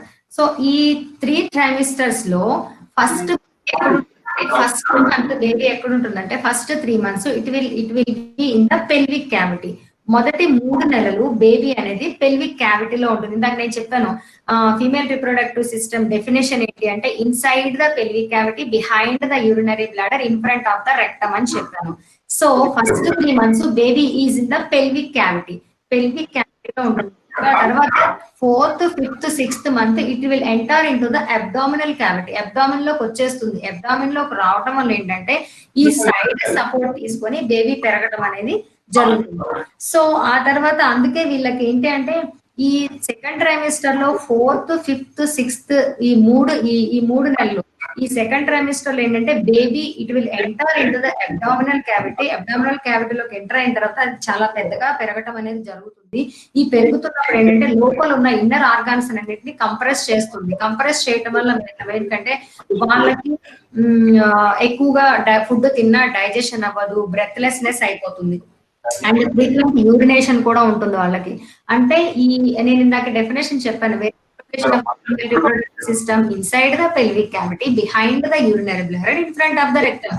యూరినరీ బ్లాడర్ దగ్గరలో ఉంటుంది కాబట్టి ఆ బ్లాడర్ మీద ఎక్కువ ప్రెషర్ పడి ఎక్కువగా ఫ్రీక్వెంట్ యూరినేషన్ అనేది, ఈ ఫ్రీక్వెంట్ యూరినేషన్ ఫస్ట్ 3 months లో ఉంటుంది, మళ్ళీ లాస్ట్ ట్రైమిస్టర్ లో ఎక్కువగా ఫ్రీక్వెంట్ యూరినేషన్ అనేది ఉంటుంది. ఎందుకంటే బేబీ వెయిట్ వచ్చి బ్లాడర్ మీద పడటం వల్ల. వీళ్ళలో ఫిజియలాజికల్ చేంజెస్ ఏమేమి వస్తాయి అంటే వీళ్ళు వెయిట్ గెయిన్ అయిపోతూ ఉంటారు. వెయిట్ గెయిన్ ఎందుకు అవుతారు అంటే ఒక్కసారి అమ్నియోటిక్ ఫ్లూయిడ్ ఉంటుంది, బేబీ ఉంటుంది, వాటర్ రిటెన్స్ ఉంటుంది, అండ్ ఎక్కువగా కూడా ట్రైగ్లిజరాయిడ్స్, న్యూట్రిషన్ ఇవన్నీ ఒక్కసారి వచ్చేస్తాయి. అది కూడా బాడీ అత్యుత్సాహంతో బేబీకి ఎక్కువగా బ్లడ్ సప్లై చేయాలనుకుంటుంది. దాంతో ఏంటంటే వీళ్ళకి ఫెటిగ్ కూడా వచ్చేస్తుంది. అంటే ఒక బాడీ ఏంటంటే అత్యుత్సాహంతో బేబీకి ఎక్కువగా బ్లడ్ సప్లై చేసేయాలని చెప్పేసి ఎక్కువగా బ్లడ్ సప్లై చేస్తుంది. చేయటం వల్ల వీళ్ళకి ఏంటంటే హైపర్ టెన్షన్ వచ్చేస్తుంది. హైపర్ టెన్షన్ రావడం వల్ల ఏంటంటే వీళ్ళకి ఫెటిగ్ వచ్చేస్తుంది అనమాట. సో ఈ రకమైన ఫిజియలాజికల్ చేంజెస్ అన్ని వీళ్ళకు ఉంటాయి. బ్లడ్ సప్లై జరగడం వీళ్ళకి ఫెటిగ్ వస్తుంది, అండ్ ఫ్రీక్వెంట్ యూరినేషన్ ఉంటుంది, అండ్ హర్ట్ బాన్స్ కూడా ఉంటాయి. హర్ట్ బాన్స్ అంటే ఏంటి అంటే బేబీ ఎప్పుడైతే క్యావిటీలో నుంచి అబ్డామినల్ క్యావిటీలోకి వస్తుందో అది ఇన్నర్ ఆర్గాన్స్ అన్నిటికీ కంప్రెస్ చేస్తుంది. పుష్ చేస్తుంది వల్ల ఈ డైజెస్టివ్ సిస్టమ్ అనేది కంప్రెస్ అయ్యి వాళ్ళు తిన్న ఫుడ్ డైజెషన్ కాదు, ఈ డైజెషన్ కాదు ఫుడ్ తిరిగి మళ్ళీ ఫుడ్ పైప్ లోకి రావడం వల్ల వాళ్ళకి హర్ట్ బాన్స్ అంటే తిరిగి మళ్ళీ ఫుడ్ పైప్ లోకి రావడం వల్ల వాళ్ళకి హర్ట్ బాన్స్ అనేవి స్టార్ట్ అవుతాయి. గ్యాస్ ప్రాబ్లమ్స్ ఇవన్నీ వస్తాయి. మళ్ళీ పిగ్మెంటేషన్ కూడా వస్తుంది. వీళ్ళ యొక్క పోస్చర్ కూడా మారిపోతుంది. షోల్డర్స్ రౌండ్ గా ఉండటము, వీళ్ళ యొక్క నడిచే పోస్చర్, ఈ వాళ్ళ ఫీట్ కూడా ఫ్లాట్ గా ఉండటము, ఈ యొక్క చేంజెస్ అన్ని మనం గమనించవచ్చు. అండ్ మళ్ళీ వాళ్ళకి పిగ్మెంటేషన్ కూడా వస్తుంది. నుదురు మీద, నోస్ మీద, చీక్స్ మీద, చిన్ మీద, అండ్ బెల్లి మీద, అండ్ యానస్ మీద, అండ్ బమ్స్ మీద కూడా వీళ్ళకి ఎక్కువగా ఈ పిగ్మెంటేషన్ అనేది స్టార్ట్ అవుతుంది. అండ్ మళ్ళీ ఇక్కడ ఏంటంటే సో ఈ రకమైన ఫిజియలాజికల్ చేంజెస్ బట్ అందరికీ అన్ని ఇట్లాగా ఉండాలా అని రూల్ ఏం లేదు. ఒక్కొక్కరికి ఒక్కొక్క చేంజ్ అనేది కనబడుతూ ఉంటుంది. Depends on their physical fitness and వాళ్ళ యొక్క లైఫ్ స్టైల్ బట్టి ఉంటుంది.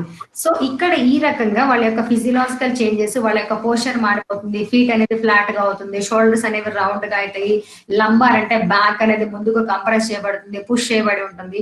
సో ఇవన్నీ కూడా అయితే అన్ని ప్రతి ఒక్క ప్రెగ్నెంట్ ఉమెన్లో ఇవన్నీ ఉంటాయా అంటే ప్రతి ఒక్క ప్రెగ్నెంట్ ఉమెన్ కి ఉండవు. డిపెండ్స్ ఆన్ వాళ్ళ యొక్క లైఫ్ స్టైల్ బట్టి ఉంటాయి. సో కామన్ గా ప్రెగ్నెన్సీ టైంలో వచ్చే ప్రాబ్లమ్స్ ఏంటి, వీళ్ళకి ఏమేమి ప్రాబ్లమ్స్ వస్తాయి, ప్రెగ్నెన్సీ టైంలో వీళ్ళకి ఏమేమి ప్రాబ్లమ్స్ వస్తాయి. ఫస్ట్ ట్రైమిస్టర్ తీసుకుందాము. ఫస్ట్ ట్రైమిస్టర్ లో ఏంటంటే వీళ్ళకి నాజియా ఉంటుంది, వామిటింగ్ ఉంటుంది, డిజినెస్ ఉంటుంది, స్పాటీ ఉంటుంది, ఇవన్నీ కూడా వాళ్ళకి ఫెటిగ్ ఉంటుంది. ఇవన్నీ కూడా వీళ్ళకి ఫస్ట్ ట్రైమిస్టర్ కనిపిస్తూ ఉంటాయి. ఈ ఫెటిగ్ ఎందుకు ఉంటుంది అంటే నేను చెప్పాను ఆల్రెడీ, బాడీ అత్యుత్సాహంతో బేబీకి ఎక్కువగా బ్లడ్ సప్లై అనేది చేస్తుంది. చేయటం వల్ల ఏంటంటే వీళ్ళకి హైపర్ టెన్షన్ వచ్చేస్తుంది. హైపర్ టెన్షన్ రావడం వల్ల వాళ్ళకి ఏంటంటే ఫెటిగ్ అనేది అలసట అనేది స్టార్ట్ అవుతుంది. మరి హెడేక్ ఎందుకు వస్తుంది? హెడేక్ అంటే హార్మోనల్ చేంజెస్ వల్ల వస్తుంది. మరి డిజినెస్ ఎందుకు వస్తుంది? వాళ్ళు కొంతమంది కళ్ళు తిరుగుతూ ఉంటాయి, అంటే బీపీ తక్కువగా ఉంటే దాని వల్ల వస్తుంది. అండ్ బ్లీడింగ్, గమ్స్ నుంచి బ్లీడింగ్ వస్తుంది. ఎందుకు? ఆల్రెడీ చెప్పాను, బ్లడ్ అనేది సప్లై ఎక్కువగా అవటం వల్ల గమ్స్ నుంచి బ్లీడింగ్ కూడా వస్తుంది. అండ్ స్పాటింగ్ అండ్ బ్లీడింగ్ కూడా అవుతుంది ఫస్ట్ మంత్. ఎందుకు అవుతుంది స్పాటింగ్ అండ్ బ్లీడింగ్ అంటే ఎంబ్రియో వచ్చి, ఇది ఎంబ్రియో అనుకోండి, ఎంబ్రియో వచ్చి ఇట్లా యూటరస్ కతుక్కునేటప్పుడు అక్కడున్న బ్లడ్ వెజల్స్ అన్ని డ్యామేజ్ అవుతాయి. ఈ డ్యామేజ్ అవటం వలన కొంచెం లైట్ గా ఒక 2-3 days స్పాటీ అనేది కనపడుతుంది వాళ్ళకి. సో ఈ రకంగా వాళ్ళకి ఫస్ట్ ట్రైమిస్టర్ లో ఫెటిగ్ ఉంటుంది, నాజియా ఉంటుంది, వామిటింగ్ ఉంటుంది, headache because of hormonal changes, and dizziness low BP వల్ల ఉంటుంది, అండ్ కొంతమందికి స్టమక్ పెయిన్ ఉంటుంది, కొంతమందికి కొంచెం 2-3 days బ్లీడింగ్ అనేది కనపడడం అనేది ఈ ఫస్ట్ ట్రైమిస్టర్ లో జరుగుతుంది. మరి సెకండ్ ట్రైమిస్టర్ లో ఏమేమి జరుగుతాయి? సెకండ్ ట్రైమిస్టర్ ఇవన్నీ కూడా బేబీ ఎక్కడ ఉంటుంది? పెల్విక్ లో ఉంటుంది కాబట్టి ఈ హెల్త్ ఇష్యూస్ అన్ని ఉంటాయి. అండ్ సెకండ్ ట్రైమిస్టర్ లో ఏమేమి హెల్త్ ఇష్యూస్ ఉంటాయి? It will enter into the abdominal cavity. ఆ పెల్విక్ లో నుంచి ఇంకా అక్కడ ఉండలేదు కాబట్టి, ఇంకా బేబీ పెద్దగా పెరగాలి కాబట్టి అక్కడ స్పేస్ లేదు కాబట్టి అది ఏం చేస్తారు? It will enter into the abdominal cavity. Abdominal క్యావిటీలోకి వచ్చేసిన తర్వాత ఏమవుతుంది? ఈ సైడ్స్ లిగమెంట్ సపోర్ట్ తీసుకుంటుంది అనమాట. ఈ లిగమెంట్ సపోర్ట్ తీసుకొని బేబీ కొంచెం పెద్దగా పెరగడం అనేది స్టార్ట్ అవుతుంది. సో అబ్డామిన్ లో పెయిన్ అనేది స్టార్ట్ అవుతుంది. దీనివల్ల వాళ్ళకి ఏంటంటే అబ్డామిన్ లో పెయిన్ వస్తుంది, కాన్స్టిపేషన్ వస్తుంది, హర్ట్ బర్న్స్ వస్తాయి, లెగ్ క్రాంప్స్ వస్తాయి, డార్కెనింగ్ ఆఫ్ ద స్కిన్ ఉంటుంది. ఈ హార్ట్ బర్న్స్ ఎందుకు వస్తాయి చెప్పాను. బేబీ అబ్డామిన్ లోకి ఎంటర్ అయిన తర్వాత ఇన్నర్ ఆర్గాన్స్ అంటే స్మాల్ ఇంటెస్టైన్, బిగ్ ఇంటెస్టైన్ కావచ్చు, liver, pancreas and digestive system వీటన్నిటిని కంప్రెస్ చేస్తుంది. ఇంత ఉన్న డైజెస్టివ్ సిస్టమ్ ఇలా కంప్రెస్ అవ్వటం వల్ల ఏంటంటే సగం ఫుడ్ డైజెషన్ అవ్వదు. ఈ డైజెషన్ కాని ఫుడ్ ఏంటంటే మళ్ళీ తిరిగి ఫుడ్ పైప్ లోకి వస్తుంది. ఈ మళ్ళీ తిరిగి ఫుడ్ పైప్ లోకి రావటం వల్ల మన స్టమక్ లో, మన డైజెస్టివ్ సిస్టమ్ లో అన్ని యాసిడ్స్ ఉంటాయి కాబట్టి అవి మళ్ళీ ఫుడ్ పైప్ లోకి రావటం వల్ల అది చెస్ట్ లోకి పాస్ అవడం వల్ల మనకి హార్ట్ బర్న్స్ అనేవి స్టార్ట్ అవుతాయి. మరి దీనికి రెమెడీ ఏం చేయాలి? రెమెడీ ఏం చేయాలి అంటే వాళ్ళు ఒక్కసారి తినకుండా మీల్స్ ని 5 పార్ట్స్ గా బ్రేక్ చేసి తినాలి. సో ఈ రకంగా తింటే ఏంటంటే వాళ్ళకి ఈజీ డైజెషన్ ఉంటుంది అండ్ ఎక్కువగా ఫైబర్ కంటెంట్ ఫుడ్ తీసుకున్నా కూడా వీళ్ళకి ఈజీగా డైజెషన్ అనేది ఉంటుంది. సో ఇక్కడ తర్వాత కాన్స్టిపేషన్ కూడా అంతే. డైజెస్టివ్ సిస్టమ్ వాళ్ళకి సిస్టమ్ ఫంక్షనింగ్ తగ్గిపోయింది, డైజెస్టివ్ సిస్టమ్ యొక్క ఫంక్షనింగ్ తగ్గిపోయింది, డైజెషన్ కాని ఫుడ్ ఏంటంటే కాన్స్టిపేషన్ వచ్చేస్తుంది.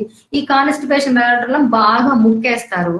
సో దాంతో ఏంటి అంటే పైల్స్ వచ్చేస్తాయి, హెమరాయిడ్స్ వచ్చేస్తాయి వాళ్ళకి. సో ఈ రకమైన కాంప్లికేషన్స్ అన్ని ఉంటాయి. అందుకే వాళ్ళు ఏం చెప్తారంటే డాక్టర్స్, మీరు ఎక్కువగా ఆకుకూరలు తినండి, ఫైబర్ కంటెంట్ ఉన్న ఫుడ్ తినండి, ఫ్లూయిడ్స్ ఎక్కువ తీసుకోండి అని చెప్తారు. బికాస్ ఆఫ్ హార్ట్ బర్న్స్ కానీ కాన్స్టిపేషన్ కానీ ఇవి రాకుండా ఉండడానికి. సో లెగ్ క్రాంప్స్, ఈ లెగ్ క్రాంప్స్ ఎందుకు వస్తాయి అంటే లెగ్ లో క్రాంప్స్ ఎందుకు ఉంటాయి, వాళ్ళ బాడీలో కాల్షియం లెవెల్స్ అనేవి చాలా తగ్గిపోతేనే వాళ్ళకి లెగ్ లో క్రాంప్స్ అనేవి వస్తాయి. అది కూడా నైట్ టైం ఎక్కువగా వస్తాయి అనమాట వీళ్ళకి. అండ్ స్కిన్ డార్క్ అయిపోతుంది. స్కిన్ డార్క్ ఎందుకు అవుతుంది? ఇదే బికాస్ ఆఫ్ హార్మోనల్ చేంజెస్ అన్నమాట. వాళ్ళకి పిగ్మెంటేషన్ ఎక్కడెక్కడ వస్తుందంటే చీక్స్ మీద వస్తుంది, నోస్, చిన్, ఇవన్నీ పిగ్మెంటేషన్ వస్తుంది. అండ్ బ్రెస్ట్ అండ్ ఇక్కడ నావెల్ మీద ఒక స్కార్ అనేది పడుతుంది, ఒక పెద్ద లైన్, దాన్ని లైనియా నిగ్రా అంటారు. ఆ పెద్ద గీత అనేది పడుతూ ఉంటుంది అనమాట. సో దాన్ని లైనియా నిగ్రా, అది కూడా పిగ్మెంటేషన్ అన్నమాట. అండ్ బ్రెస్ట్ మీద వస్తుంది, ఆరియోలా అంటారు దాన్ని. అండ్ నావెల్ మీద వస్తుంది, దాన్ని లైనియా నిగ్రా అంటారు. సో ఈ రకమైన వాళ్ళ యొక్క స్కిన్ లో కూడా చాలా చేంజెస్ అనేవి సెకండ్ ట్రైమిస్టర్ లో కనిపిస్తాయి. మరి థర్డ్ ట్రైమిస్టర్ లో ఏం కనిపిస్తాయి? బ్రెత్లెస్నెస్ ఎందుకు అవుతుంది నేను చెప్పాను. బేబీ పెద్దగా అయిపోతుంది, అబ్డామిన్ లో ఉంటుంది. ఈ బేబీ అబ్డామిన్ లో ఉంటాం, it pushes the diaphragm. Diaphragm ఏం చేస్తుంది? లంగ్స్ ని పుష్ చేస్తుంది. ఈ డయాఫ్రమ్ ఏంటంటే అప్పర్ పార్ట్ ని అండ్ బెల్లీని సపరేట్ చేస్తుంది. సో ఇది ఏంటంటే ఈ డయాఫ్రమ్ లంగ్స్ ని కంప్రెస్ చేయడం వల్ల ఇంత ఉన్న లంగ్స్ ఇంత కంప్రెస్ అవ్వడం వల్ల వాళ్ళు బ్రెత్లెస్నెస్ అయిపోతుంది. బికాస్ ఆఫ్ బేబీ వాళ్ళకి బ్రెత్లెస్నెస్ అయిపోతుంది. అలా ఉంటుంది. మరి పెయిన్ ఇన్ హిప్ రీజియన్, ఈ పెయిన్ ఎందుకు వస్తుంది, హిప్ లో ఎందుకు వస్తుంది అంటే బేబీ యొక్క వెయిట్ వెనకాల బ్యాక్ మీద పడుతుంది. బ్యాక్ రావడం వల్ల వాళ్ళకి బ్యాక్ పెయిన్ వస్తుంది, సయాటికా వస్తుంది అండ్ హిప్ పెయిన్ అనేది వస్తుంది. సయాటికా ఎందుకు వస్తుంది? ఆ నర్వ్స్ అన్ని ఈ బేబీ వెయిట్ అంతా కూడా నర్వ్ మీద పడటం వల్ల సయాటికా అనేది అవుతుంది. మరి స్వెల్లింగ్ ఇన్ ద ఫీట్ ఎందుకు వస్తుంది? వాళ్ళకి ఫీట్ లో కూడా స్వెల్లింగ్ వస్తుంది. ఎందుకంటే వాళ్ళకి లో బీపీ ఉన్నా, హై బీపీ ఉన్నా, సోడియం లెవెల్స్ తగ్గిపోయినా, ఎక్కువ లాంగ్ సిట్టింగ్ కూర్చున్నా కూడా వీళ్ళకి ఈ ఫీట్ లో స్వెల్లింగ్ అనేది వస్తుంది. అప్పుడు దాన్ని ఎలా వాళ్ళు మళ్ళీ ఏదైనా హీట్ ప్లేసెస్ కి వెళ్ళినా అట్లాంటి టైంలో కూడా వీళ్ళకి స్వెల్లింగ్ అనేది వస్తుంది. అప్పుడు ఏం చేయాలంటే కాళ్ళ కింద పిల్లో పెట్టుకుంటే వాళ్ళకి ఇక్కడ రెమెడీ అనేది కనపడుతుంది. ఇచ్చింగ్ ఆఫ్ ద స్కిన్ ఎందుకు వస్తుందంటే అబ్డామిన్ కింద ఉన్న టిష్యూ, ఇప్పుడు నా బెల్లీ ఉంది, నా బెల్లీ కింద టిష్యూ ఉంది. ఆ టిష్యూ ఏంటి అంటే ప్రెగ్నెన్సీ టైంలో 5th month లో ఎక్కువగా స్ట్రెచ్ అవుతుంది. బేబీ అబ్డామినల్ క్యావిటీలోకి వచ్చిన తర్వాత బెల్లీ పెద్దగా పెరుగుతుంది కదా, పెరిగేటప్పుడు ఏంటంటే ఇట్లా స్ట్రెచ్ అవుతుంది. స్ట్రెచ్ అవడం వల్ల అదంతా డ్రై అయిపోతుంది. ఆ డ్రై అయిపోవటం వల్ల వాళ్ళకి ఇచ్చింగ్ అనేది స్టార్ట్ అవుతుంది. వాళ్ళు ఇలా స్కార్ చేస్తే ఏంటంటే ఆ స్కార్స్ అనేవి పోకుండా అలాగే ఉంటాయి, డెలివరీ అయిన తర్వాత పోకుండా ఉంటాయి. అలా స్కార్ చేయకుండా ఇలా రబ్ చేస్తే కొంతవరకు దాన్ని కంట్రోల్ పెట్టొచ్చు. బట్ ఆ స్ట్రెచ్ మార్క్స్ అనేవి కంపల్సరీ ప్రతి ఒక్క మహిళకి ఇండికేషన్ షీఈ్ అ మదర్ అని చెప్పేసి. సో అలా ప్రతి ఒక్క మహిళకి ఆ స్కార్స్ అనేవి బెల్లీ మీద కంపల్సరీ ఉంటది. ఎందుకు వస్తాయి? ఈ బెల్లీ కింద టిష్యూ అనేది ఉంటుంది, ఆ టిష్యూ అనేది స్ట్రెచ్ చేయబడి డ్యామేజ్ అయిపోతుంది. సో దాంతో ఏంటంటే డ్రై అయిపోతుంది ఈ అబ్డామిన్ మీద ఉన్న. అందుకే వైటమిన్ ఈ ఆయిల్స్ అప్లై చేస్తూ ఉంటారు ప్రెగ్నెన్సీ టైంలో, చాలా మంది అప్లై చేస్తూ ఉంటే అంత ఇచ్చింగ్ అనేది, అంత డ్రైనెస్ అనేది ఉండదు అనమాట. సో ఈ రకంగా ఈ థర్డ్ ట్రైమిస్టర్ లో ఇవన్నీ ఉంటాయి. ఏమేమి ఉంటాయి థర్డ్ ట్రైమిస్టర్ లో? కాన్స్టిపేషన్ ఉంటుంది, బ్రెత్లెస్నెస్ ఉంటుంది, అండ్ పిగ్మెంటేషన్ ఉంటుంది, ఎడిమా ఉంటుంది, ఎడిమా అంటే స్వెల్లింగ్ ఇన్ ద ఫీట్ ఉంటుంది, అండ్ వెరికోస్ వెయిన్స్ ఉంటాయి, అండ్ ఇచ్చింగ్ ఉంటుంది, ఇవన్నీ ఉంటాయి. ఇంకొకటి ఏముంటుంది, వెజైనా కలర్ డిస్కలరైజ్ అయిపోతుంది. ఎందుకంటే ఈ బేబీ వెయిట్ అంతా కూడా వెజైనా మీద పడి ఈ వెజైనా కలర్ కూడా లైట్ ఈ కలర్ లో, ఈ వంకాయ కలర్ లైట్ ఈ కలర్ లో అయిపోతుంది. సో అక్కడ కనిపిస్తుంది కదా, నేను ఇప్పుడు సర్వీకి చూపిస్తున్నాను, ఆ కలర్ లో అయిపోతుంది అనమాట. సో లాస్ట్ వీక్స్ లో ఆ కలర్ అయిపోతుంది. సో ఈ విధంగా వాళ్ళకి ఈ రకమైన ప్రాబ్లమ్స్ అన్ని వస్తాయి. ఇక్కడ ఏంటి అంటే వాళ్ళకి కాన్స్టిపేషన్ వస్తుంది కదా, కాన్స్టిపేషన్ వచ్చినప్పుడు ఏంటంటే గట్టిగా ముక్కేస్తారు. ముక్కేయడం వల్ల ఏంటంటే వాళ్ళకి హెమరాయిడ్స్, పైల్స్ అనేవి వచ్చేస్తాయి. ఈ పైల్స్ రావడం వల్ల ఏంటంటే they are unable to walk అనమాట. సో వాళ్ళు చాలా ఇబ్బంది పడతారు. సో అది కంట్రోల్ చేసుకోవాలంటే వాళ్ళు ఎక్కువగా ఫైబర్ ఫుడ్ అనేది తింటూ ఉండాలా. మీల్స్ అనేది డివైడ్ చేసి మీల్స్ అనేది పార్ట్స్ గా డివైడ్ చేసి తింటూ ఉంటే ఏంటంటే వాళ్ళకి ప్రాబ్లం అనేది లేకుండా ఉంటుంది. నెక్స్ట్, ఇందులో అసలు వీళ్ళకి ఎన్ని స్కాన్లు అవసరం అవుతాయి? ఫస్ట్ ట్రైమిస్టర్ లో ఎన్ని స్కాన్లు అవసరం అవుతాయి, సెకండ్ ట్రైమిస్టర్ లో ఎన్ని స్కాన్లు, థర్డ్ ట్రైమిస్టర్ లో ఎన్ని స్కాన్లు? ఫస్ట్ ట్రైమిస్టర్ వచ్చేసరికి trans abdominal scan, trans vaginal scan and anti scan ఇవన్నీ తీస్తారు అనమాట. న్యూకల్ ట్రాన్సిషన్ స్కాన్ అంటే నర్వ్స్ డిజార్డర్ ఎక్కడ ఉంది, బ్రెయిన్ డెవలప్మెంట్ ఎలా ఉంది, స్పైనల్ కార్డ్ ఎలా ఉంది, సో ఇవన్నీ కూడా యాంటీ స్కాన్ లో తెలిసిపోతాయి. ఇది వాళ్ళు 11th to 13th వీక్ లో సజెస్ట్ చేస్తారు, అంటే థర్డ్ మంత్ లో సజెస్ట్ చేస్తారు అనమాట. థర్డ్ మంత్ లోపు సజెస్ట్ చేస్తారు. సో ఇవన్నీ దీనిలో ఏమన్నా అబ్నార్మాలిటీస్ ఉంటే బేబీని తీసేసుకోమని చెప్తారనమాట. ఇది 11th to 13th వీక్ లో సజెస్ట్ చేస్తారు. సో దీనిలో ఇక్కడ ట్రాన్స్ అబ్డామినల్ స్కాన్ అంటే అబ్డామిన్ మీద టెస్ట్ చేస్తారు, అప్పుడు బ్లాడర్ అనేది చాలా ఫుల్ ఉండాలి. ట్రాన్స్ వెజైనా స్కాన్ అంటే బ్లాడర్ ఫుల్ ఉండాల్సిన అవసరం లేదు, వెజైనాలో టెస్ట్ చేస్తారు. And anti scan nuchal transition scan అంటారు, ఇది నర్వ్స్ డిజార్డర్ గురించి, బ్రెయిన్ డెవలప్మెంట్ గురించి, స్పైనల్ కార్డ్ గురించి ఇది చాలా చక్కగా చెప్తుంది. ఏమన్నా బ్రెయిన్ డెవలప్మెంట్ లేకపోయినా బేబీకి, సో ఇవన్నీ చెప్తుంది అది. అందుకని అప్పుడు ఏం చేస్తారంటే ఇక్కడ ఏమైనా డిజార్డర్స్ ఏమన్నా ఉంటే బేబీని తీసేసుకోండి అని చెప్పేసి చెప్తారు అనమాట. అండ్ ఇందులోనే వయబిలిటీ స్కాన్ కూడా చేస్తారు. సో ఈ స్కాన్లు అనేవి చాలా important first 3 months. Second, third, fourth, fifth, sixth లో ఏం స్కాన్ చెప్తారంటే టిఫా స్కాన్ అనమాట. ఈ టిఫా స్కాన్ ఏంటంటే బేబీ అవయవాలన్నీ గురించి చెప్తుంది. ఈ టిఫా స్కాన్ అనేది ఏమేమి టార్గెటెడ్ ఫీటల్ ఎనామలీ స్కాన్ అన్నమాట. మొత్తం బేబీ అవయవాలు చక్కగా ఫామ్ అయ్యి లేదా, బ్లడ్ సర్క్యులేషన్ ఉందా, బ్రెయిన్ డెవలప్మెంట్ ఉందా, సో ఇవన్నీ కూడా ఈ టిఫా స్కాన్ లో తెలిసిపోతాయి. మరి థర్డ్ ట్రైమిస్టర్ లో ఏం చెప్తారు, గ్రోత్ స్కాన్ అనమాట. ఇది చాలా very very important growth scan అనేది. ఎందుకంటే కొంతమందికి బేబీ 6th month తర్వాత వచ్చి ఆగిపోతుంది, పెరగటం అనేది ఆగిపోతుంది. నా దగ్గర చాలా కేసులు ఉన్నాయి. అందుకని వాళ్ళకి స్కాన్స్ అనేవి అవసరం అయితే మరి ఫుడ్ ఏం తీసుకోవాలి అంటే వాళ్ళు ఎక్కువగా ప్రోటీన్ డైట్ తీసుకోవాలి. కార్బోహైడ్రేట్ డైట్ ఎక్కువ తీసుకోకూడదు, ప్రోటీన్ డైట్ ఎక్కువ తీసుకుంటే ప్రోటీన్ వచ్చేసరికి అండ్ నట్స్ కానీ, అండ్ స్ప్రౌట్స్ కానీ, ఫిష్, ఎగ్ ఇలాంటి ఫుడ్ కనుక తీసుకున్నట్లయితే ఆకుకూరలు బాగా తీసుకోవాలా, ఫిష్ తీసుకోవాలా, ఎగ్ తీసుకోవాలా, అండ్ నట్స్ తీసుకోవాలా, అండ్ డేట్స్, డ్రై ఫ్రూట్స్ ఇవన్నీ బాగా తీసుకుంటే ఏంటంటే వాళ్ళ బేబీ అనేది బ్యాలెన్స్డ్ గా ఉంటుంది అనమాట. ఓవర్ వెయిట్ గెయిన్ అవ్వటం ఉండదు, బేబీకి ఏమి డిజార్డర్స్ ఉండవు, వాళ్ళు చక్కగా నార్మల్ డెలివరీకి సిద్ధంగా ఉంటారు. దీంతో పాటు వాళ్ళకి ఎక్సర్సైజ్ ఇప్పుడు డాక్టర్ సజెస్ట్ చేస్తున్నారు, ఇంత ముందంటే సజెస్ట్ చేసేవాళ్ళు కాదు, యోగా చేయొద్దు అనేవాళ్ళు. సో ఇప్పుడు డాక్టర్ సజెస్ట్ చేస్తున్నారు. నా దగ్గర ఒక కేసు ఉంది, ఆ అమ్మాయి ఆంధ్ర నుంచి వచ్చింది. యాక్చువల్గా నేను రామకృష్ణ మఠంలో యోగా చెప్తాను ప్రెగ్నెంట్ ఉమెన్ కి, ఆర్యజనని ప్రోగ్రామ్ లో ప్రెగ్నెంట్ ఉమెన్ కి యోగా చెప్తాను. ప్రతి every second Saturday, fourth Saturday అక్కడికి దగ్గర 50 ప్రెగ్నెంట్ కపుల్ వస్తారు. జెంట్స్ ఇటువైపు చేస్తూ ఉంటే లేడీస్ ఇటువైపు చేస్తూ ఉంటారు. 50 ప్రెగ్నెంట్ కపుల్ అటెండ్ అవుతారు ఆ వర్క్ షాప్ కి. సో అక్కడ నన్ను చూసిందంట, ఆ క్లాస్ కి అటెండ్ అయిందంట, నాకు తెలియదు ఆ సంగతి.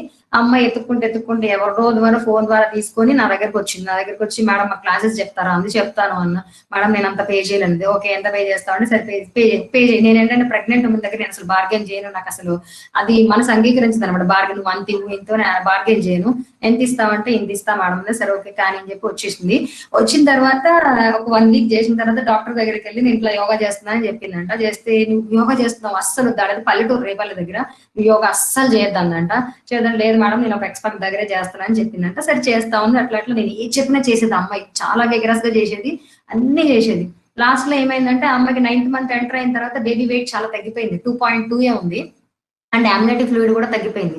ఈ మేడం ఇట్లా ఉంది నా పరిస్థితి అంటే నేను ఒకటే చెప్పాను అమ్మాయికి, నీకు ఒకటే ఇంకా పని, నువ్వేం చేయదు దీంట్లో, just talk to baby in the womb, బేబీతో నువ్వు మాట్లాడుకో, నెక్స్ట్ స్కాన్ కి వెళ్ళేటప్పుడల్లా సఫిషియంట్ ఫ్లూయిడ్ ఆమ్నియోటిక్ ఫ్లూయిడ్ వచ్చేసేయాలా, బేబీ వెయిట్ కూడా 2.8 2.9 వచ్చేసేయాలా.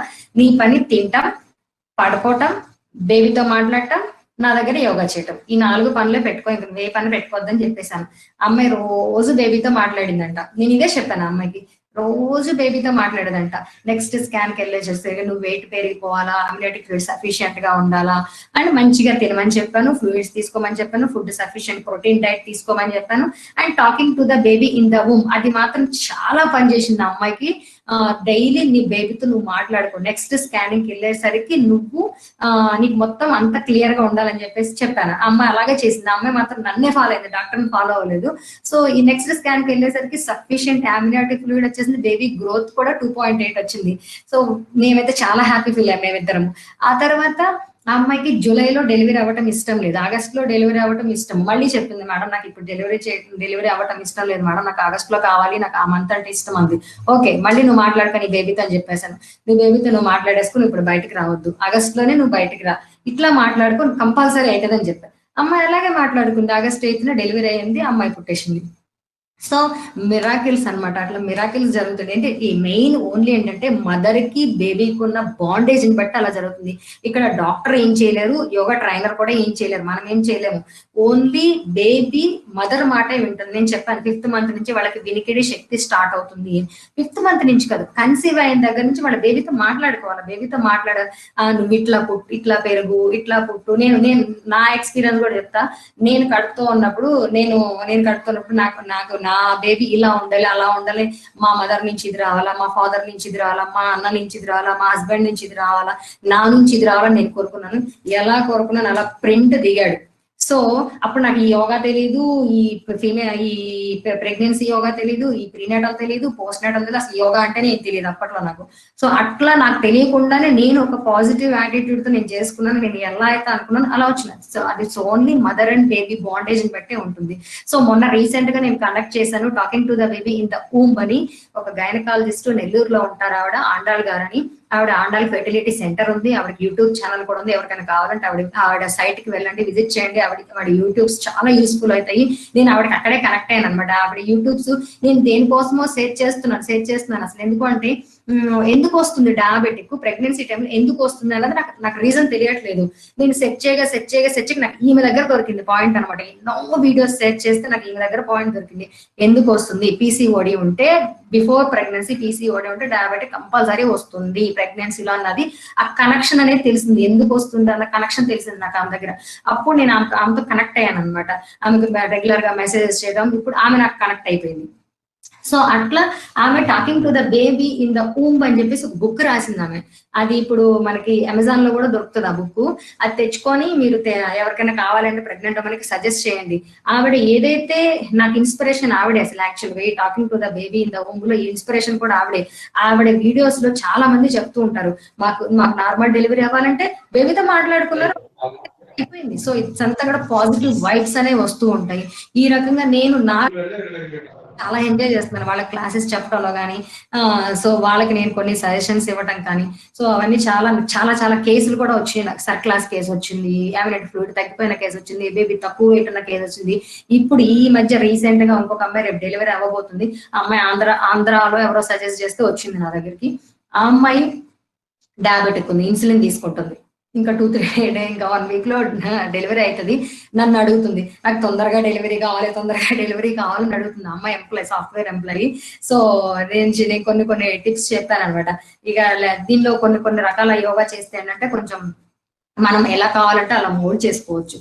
సో ఈ రకంగా ఈ ప్రెగ్నెన్సీ యోగా అనేది ఈ ఎనాటమీ అండ్ ఫిజియాలజీ ఇవన్నీ తెలిస్తేనే ఈజీ అవుతుంది. మనం ఎవరికన్నా క్లాసెస్ తీసుకోవాలన్నా కూడా, క్లాసెస్ చెప్పాలి అన్నా కూడా ఇదంతా ఈజీ అవుతుంది అనమాట. సో ఇక్కడ నేను మీకు అన్ని డిస్కస్ చేశాను మొత్తం. అసలు ఫీమేల్ రిప్రొడక్టివ్ సిస్టమ్ ఏంటి, మొత్తం ఫస్ట్ ఓవా ఎలా రిలీజ్ అవుతుంది మొత్తం నేను డిస్కస్ చేశాను.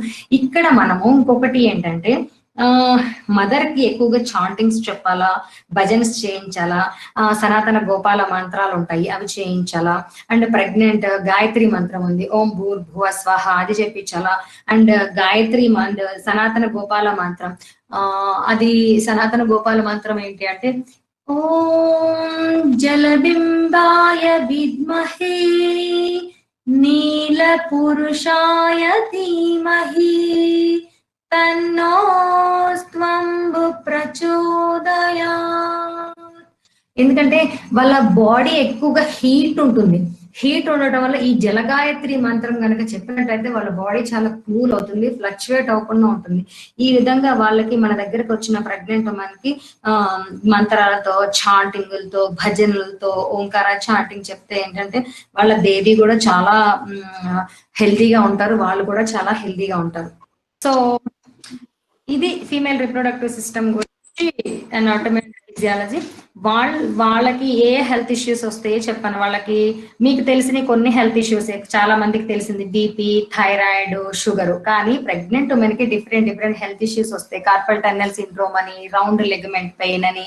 సో ఇవన్నీ వస్తాయి. ఇవన్నీ డిఫరెంట్ కేసెస్. కాంప్లికేషన్ కేసెస్ కూడా ఉంటాయి అన్నమాట. వీళ్ళకి ప్లసెంటా ప్రీవియా అని, బేబీ బ్రీచ్ పొజిషన్ అని. సో ఇవన్నీ కూడా కాంప్లికేటెడ్ అండ్ డయాబెటిక్ అని.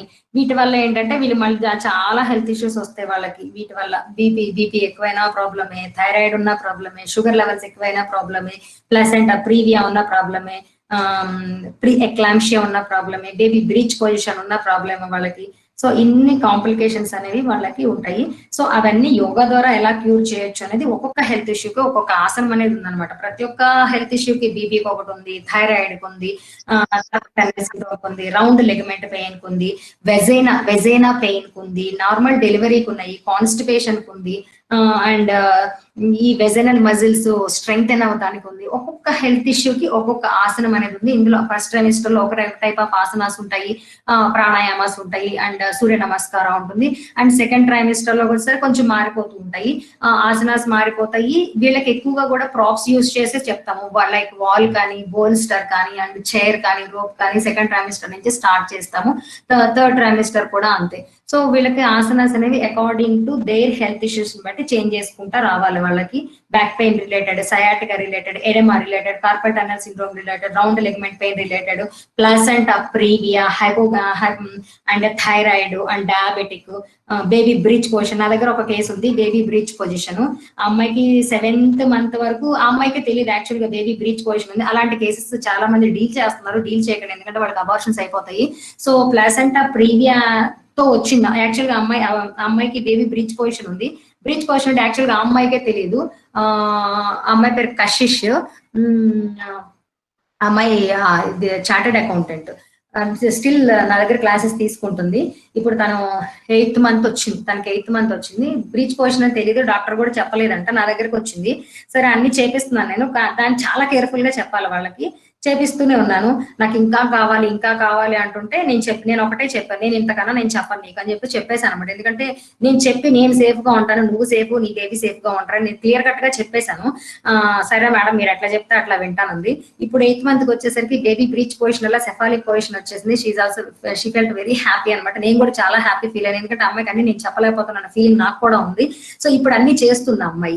సో ఇట్లాంటి డిఫికల్ట్ కేసెస్ కూడా ఉంటాయి వాళ్ళల్లో. ఇప్పుడు భావనాని మా గురూజీ కూడా తెలుసు, మా స్టూడెంటే, ఓల్డ్ క్లయింట్. ఇప్పుడు అమ్మాయి కూడా కన్సీవ్ అయింది. ఇప్పుడు అమ్మాయి కూడా బేబీ బ్రీచ్ పొజిషన్ ఉంది. అమ్మాయి కూడా ఇప్పుడు నా దగ్గర క్లాసెస్ తీసుకుంటుంది అనమాట. సో ఇలాంటి డిఫరెంట్ కేసెస్ కనుక డీల్ చేస్తే ఎలా చెప్పాలి వాళ్ళకి అంతా కూడా నాది ఓన్ గా మోడిఫై చేసి చెప్తాను. అంత పుస్తకాల్లో ఉన్నట్టు ఏం చెప్పను.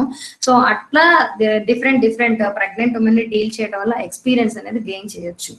సో నాకు చెప్పండి అనిత గారు, ఒక క్వశ్చన్. బేబీస్ కి ఇట్లా పిగ్మెంటేషన్ వస్తుంది కదా బేబీస్ కాదండి, బ్లాక్ స్కార్స్ అలా వస్తున్నాయి కదా బేబీస్ కి, న్యూ బార్న్ బేబీస్ కి ఉంటున్నాయి బ్లాక్ స్కార్స్ అలా. అది ఎందుకంటే రీజన్ ఎందుకు? Because of hormonal imbalance. వస్తుంది. మదర్ ఇప్పుడు మనకి గుణాలు ఉన్నాయి, 3 గుణాస్ ఉన్నాయి, రజోగుణం, తమోగుణం, సత్వగుణం. ఫుడ్లు కూడా అంతేనా, రజసిక్ ఫుడ్, తమసిక్ ఫుడ్, సాత్విక ఫుడ్ అన్నాయి. మదర్ ఏది చేసినా కూడా అది బేబీ మీద ఎఫెక్ట్ పడుతుంది. ఈ మదర్ ఎక్కువగా కూడా కోకో కోలాస్. ఇప్పుడు ఫుడ్ విషయం తీసుకుంటే ఇందాక నేను ప్రోటీన్ డైట్ తీసుకుంటే బ్యాలెన్స్డ్ గా ఉంటుంది బేబీ, వాళ్ళకి సి సెక్షన్ అవుతుంది, నార్మల్ డెలివరీస్ అవుతున్నాయి. ఎప్పుడైతే వీళ్ళు రజసిక్ ఫుడ్ తీసుకుంటారో అంటే కోలాస్, స్పైసీ ఫుడ్, ఈ bakery items, items, processed food ఇవన్నీ తీసుకోవటం వల్ల ఏంటి అంటే లోపల బేబీ కూడా అగ్రెసివ్ గా ఉంటుంది అనమాట, కూల్ గా ఉంటుంది. ఇప్పుడు మదర్ ఎంత హ్యాపీగా ఉంటే బేబీ మూవ్మెంట్స్ అనేవి అంత హ్యాపీగా ఉంటాయి, బేబీ కూడా చాలా మూవ్ అవుతూ ఉంటుంది, లోపల కికింగ్స్ అనేవి ఇస్తూ ఉంటుంది. మదర్ ఎప్పుడైతే ఇలా ష్రింక్ అయిపోయి ఉంటుందో అంటే ఏదైనా ఇంట్లో ఏమైనా ఫ్యామిలీ ఇష్యూస్ కానీ, అంటే మదర్ ఈ హస్బెండ్ హెరాస్మెంట్ కానీ, అత్త మామ హెరాస్మెంట్ కానీ, ఇంకేదైనా హెరాస్మెంట్ ఉందనుకోండి, ఆమె ఎప్పుడు ఇలా ష్రింక్ అయిపోయి ఉంటుంది. దానివల్ల ఏంటంటే ఇట్ విల్ ఎఫెక్ట్ అన్న బేబీ అనమాట, బేబీ మీద ఎఫెక్ట్ అవడం అనేది జరుగుతుంది అనమాట. సో మదర్ తీసుకునే ఫుడ్ వల్ల, హార్మోనల్ ఇంబ్యాలెన్స్ వల్ల ప్రతిదీ కూడా బేబీ మీద ఎఫెక్ట్ చూపిస్తుంది. మదర్ తీసుకునే ఫుడ్ ద్వారా బేబీకి ఆక్సిజన్ వెళ్తుంది, మదర్ తీసుకునే ఫుడ్ ద్వారా బేబీకి బ్లడ్ సప్లై అవుతుంది, న్యూట్రియంట్స్, ట్రైగ్లిజరైడ్స్, ప్రోటీన్స్ అన్ని కూడా త్రూ మదర్ ద్వారానే వెళ్తుంది. అంటే మదర్ కి ఏమైనా ప్రాబ్లం అంటే అన్ని కూడా, అది డయాబెటిక్ కావచ్చు బేబీకి వస్తుంది, థైరాయిడ్ కావచ్చు బేబీకి వస్తుంది ఆఫ్టర్ డెలివరీ తర్వాత. సో ఇవన్నీ ఉంటాయి అన్నమాట. ఇంకొకటి ఎక్లిప్స్ నుండి, సోలార్ ఎక్లిప్స్, ల్యూనార్ ఎక్లిప్స్ నుండి బేబీస్ కి ఎఫెక్ట్ పడుతుంది అంటారు, అది రియల్ అండి? అవును, ఆ రేస్ పడకూడదు బేబీ మీద, ఎందుకంటే ఆ అల్ట్రా వైలెట్ కిరణ్ రేస్ అనేవి చాలా పవర్ఫుల్. అందుకే ప్రెగ్నెంట్ ఉమెన్ ని not only solar eclipse, pregnant women ని ఆఫ్టర్ 12 తర్వాత బయటకు వెళ్ళొద్దని చెప్తారు, ఆఫ్టర్ 12 to 3. ఎందుకు అంటే మార్నింగ్ 6:15 కి వచ్చే సన్ వచ్చే చాలా మంచిది, అందులో వైటమిన్ డి ఉంటుంది. 6:15 to 6:30 మధ్య వచ్చే సన్ అనేది, అందులో వైటమిన్ డి ఉంటుంది. ఆ వైటమిన్ డిని ఆ సన్ నుంచి వచ్చే రేస్ ని మన బాడీ రిసీవ్ చేసుకుని మన బాడీ వైటమిన్ డి ప్రిపేర్ చేసుకుంటుంది. కానీ ఆ తర్వాత ఎండ్ అనేది చాలా పవర్ఫుల్ గా కొడుతుంది, అందులో అల్ట్రా వైలెట్ రేస్ అనేవి ఉంటాయి అనమాట. సో అవి బేబీకి అంత మంచిది కాదు. అందుకే ఆఫ్టర్ 12 తర్వాత 1 తర్వాత బయట తిరగొద్దు ప్రెగ్నెంట్ ఉమెన్ అని చెప్తారు. 1 తర్వాత ఏంటంటే క్యాన్సర్ కి ఎక్కువగా దారి తీస్తుంది అనమాట. మనకి క్యాన్సర్ రావడానికి ఆ రేస్ కూడా ఒక కారణం అనమాట. అందుకే ఎప్పుడు సన్ లోకి వెళ్ళేటప్పుడు ప్రొటెక్ట్ చేసుకుని వెళ్ళమని చెప్పేది. సో ఆ రేస్ అనేది బేబీ మీద పడితే ఏంటంటే బేబీకి ఎఫెక్ట్ అవుతుంది, కాబట్టి అప్పుడు వెళ్ళొద్దు. సోలార్ ఎక్లిప్స్ వల్ల ఆ రేస్ అనేది ఎక్కువ పవర్ఫుల్ గా ఉంటాయి కాబట్టి వెళ్ళొద్దని చెప్తారు. నాట్ ఓన్లీ సోలార్ ఎక్లిప్స్, తర్వాత రోజుల్లో కూడా ఈ సన్ కి ఎక్కువగా ఎక్స్పోజ్ అవ్వద్దనే చెప్తారు. అంతగా ఎక్స్పోజ్ అవ్వాలంటే 6:15 కి ఎక్స్పోజ్ అవ్వండి, ఆ తర్వాత ఎక్స్పోజ్ అవ్వద్దనే చెప్తారు, బేబీ మీద ఎఫెక్ట్ పడుతుంది కాబట్టి. ఇంకొకటి అండి, మెనోపాజ్ అనేది ఇప్పుడు విమెన్ లో చాలా తొందరగా వస్తుంది కదా, రీజన్స్ ఏంటి? మెనోపాజల్ ఇష్యూస్ అది డిపెండ్స్ ఆన్ హెరిడిటీ వల్ల వస్తుంది. వాళ్ళ మదర్కి 40 years మెనోపాజ్ వచ్చింది అనుకోండి, వీళ్ళకి కూడా 40 years కే వస్తుంది. లేదు వీళ్ళకి ఏదైనా హార్మోనల్ ఇంబ్యాలెన్స్ వల్ల వస్తుంది. మెయిన్ వీళ్ళ యొక్క లైఫ్ స్టైల్ కరెక్ట్ గా లేదనుకోండి, ప్రాపర్ గా తినకపోవటము, ప్రాపర్ స్లీప్ లేకపోవడం. ప్రతి మనిషికి కావాల్సింది మంచి నిద్ర, కంటి నిండా నిద్ర, protein diet, physical fitness, positive thinking. ప్రతి మనిషికి ఈ 4 ఉన్న రోజున అసలు ఏ హెల్త్ ఇష్యూస్ రాదని నేను గ్యారంటీ ఇస్తాను. నా దగ్గర ఈ పీసీఓడి నేను ఒక ఫారెన్ లేడీ దగ్గర నేర్చుకున్నాను. సో ఆ పీసీఓడిలో అన్ని కవర్ అయిపోతాయి. పీసీఓడిలో పీసీఓడి కవర్ అవుతుంది, ఎక్సర్సైజ్ ఉన్నాయి, పీసీఓఎస్ ఎక్సర్సైజ్ ఉంది, ఇన్ఫెర్టిలిటీ ఉంది, అండ్ ఫైబ్రాయిడ్, సిస్ట్, ఎండోమెట్రియాసిస్, కొంతమందికి స్టిక్కీ ఇందాక ఫాలోపియన్ ట్యూబ్స్ గురించి చెప్పా కదా, అందులో స్టిక్కీ ఫాలోపియన్ ట్యూబ్స్ ఉంటాయి. అండ్ కొంతమందికి లాంగ్ మెనిస్ట్రల్ సైకిల్ ఉంటుంది, కొంతమందికి short menstrual cycle, pre menopause ఉంటుంది, డ్యూరింగ్ మెనోపాజ్ ఉంటుంది, పోస్ట్ మెనోపాజ్ ఉంటుంది. ఈ మొత్తానికి కలిపి నా దగ్గర ఎక్సర్సైజెస్ ఉన్నాయి అనమాట. అవి ఆవిడ ఏంటంటే ఫ్రమ్ ఇజ్రాయెల్ అనమాట. ఆవిడ 20 years రీసెర్చ్ చేసి అసలు ఈ పీసీఓడి ఎందుకు వస్తుంది అని చెప్పి రీసెర్చ్ చేసింది. ఇప్పటికీ దీని మీద రీసెర్చెస్ జరుగుతూనే ఉన్నాయి. ఇప్పటికీ మన హైదరాబాద్ డాక్టర్ సజెస్ట్ చేస్తున్నారు, పీసీఓడి తగ్గాలి అంటే మేము ఓన్లీ 50% మాత్రమే మేము మీకు సపోర్ట్ చేస్తాము, మిగతా 50% మీ చేతిలోనే ఉంది. ప్రాపర్ డైట్ ఉండాలా, ప్రాపర్ స్లీప్ ఉండాలా, మీ లైఫ్ స్టైల్ బాగుండాలి, మీరు తినే ఫుడ్ బాగుండాలని వాళ్ళు కూడా సజెస్ట్ చేస్తున్నారు. ఎక్సర్సైజ్ చేయమని వాళ్ళు కూడా సజెస్ట్ చేస్తున్నారు ఇప్పుడు. సో ఈ రకంగా పీసీఓడి గురించి తను 20 years రీసెర్చ్ చేసి ఒక సెట్ ఆఫ్ ఎక్సర్సైజెస్ కనుక్కున్నారు అనమాట. 20 ఎక్సర్సైజెస్ ఉంటాయి దానిలో. సో ఆ ఎక్సర్సైజెస్ కనుక్కొని తన WHO దగ్గర పేటెంట్స్ తీసుకుంది, అన్ని కంట్రీస్ కూడా యాక్సెప్ట్ చేసింది ఆమె పీసీఓడి. అది రిజల్ట్ నేను కూడా పొందని, ఇప్పుడు నా దగ్గర కూడా 2-3 స్టూడెంట్స్ పర్సనల్ గా తీసుకుంటున్నారు, పీసీఓడి ప్రాబ్లం ఉన్న వాళ్ళు క్లాసెస్ తీసుకుంటున్నారు. ఇంకొకటి అండి, ఇది బ్లీడింగ్ అనేది ఏజ్ పెరిగే కొద్దీ లైక్ మెన్స్ట్రల్ సైకిల్లో బ్లీడింగ్ అనేది తగ్గుతుంది అంటే అది లీడ్స్ టు మెనోపాజా?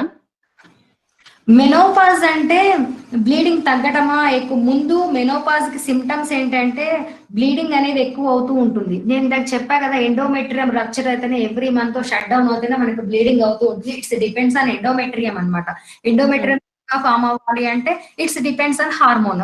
ఆ హార్మోన్స్ ఏది సెక్రెట్ చేస్తుంది? ఓవరీ సెక్రెట్ చేస్తుంది. ఓవరీస్ ని ఏం కంట్రోల్ చేస్తుంది? పిట్యూటరీ గ్లాండ్ కంట్రోల్ చేస్తుంది. పిట్యూటరీ గ్లాండ్ ఏం సెక్రెట్ చేస్తుంది? FSH and LH hormone secret చేస్తుంది. అవి కరెక్ట్ ప్రాసెస్ లో సెక్రెట్ అయితేనే అది ఓవరీస్ ని కంట్రోల్ చేస్తుంది. ఓవరీస్ ఈస్ట్రోజన్ ప్రొజెస్టరాన్ ప్రొడ్యూస్ చేస్తుంది. ఈ సర్కిల్ అంతా కూడా ఈ సైకిల్ అంతా కరెక్ట్ గా ఉంటేనే వీళ్ళకి బ్లీడింగ్ అనేది కరెక్ట్ గా ఉంటుంది.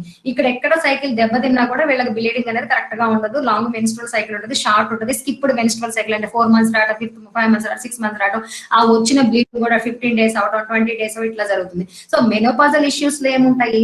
వీళ్ళ కొంతమందికి ప్రిమెచ్యూర్ ముందే ప్రీ మెనోపాజ్ అనేది వచ్చేస్తుంది. ప్రీ మెనోపాజ్ ఎందుకు వస్తుంది? హెరిడిటీ వల్ల వస్తుంది, హార్మోనల్ ఇంబ్యాలెన్స్ వల్ల వస్తుంది. వీళ్ళకి ఆ టైంలో ఏంటంటే లాంగ్ మెన్స్ట్రల్ సైకిల్ అయిపోతుంది. ఆ టైంలో వాళ్ళ యొక్క లక్షణాలు ఎలా ఉంటాయి అంటే అరిచేస్తారు, కోపం వచ్చేస్తుంది, హెయిర్ ఫాల్ అయిపోతుంది, ట్యాన్ అయిపోతుంది. మీరు చెప్పారు కదా యాంబియోటిక్ ఫ్లూయిడ్ అనేది కొందరికి అంటే తగ్గుతూ వస్తుంది మెల్లిమెల్లిగా. సో అది ఐడెంటిఫై చేస్తే డాక్టర్ అప్పుడే ఏదైనా దానికి సొల్యూషన్ చెప్తారు అని అన్నారు కదా. సో మా కజిన్ కి రీసెంట్ గా జరిగింది. 9 months వరకు తను వెరీ నార్మల్, అంత వర్క్ చేసుకుంటూ చాలా నార్మల్ గా ఉండింది. But all of a sudden ఒక రోజు హాస్పిటల్ కి చెకప్ కని వెళ్ళింది. 1 week చెకప్ ఉంటుంది కదా 9th month లో.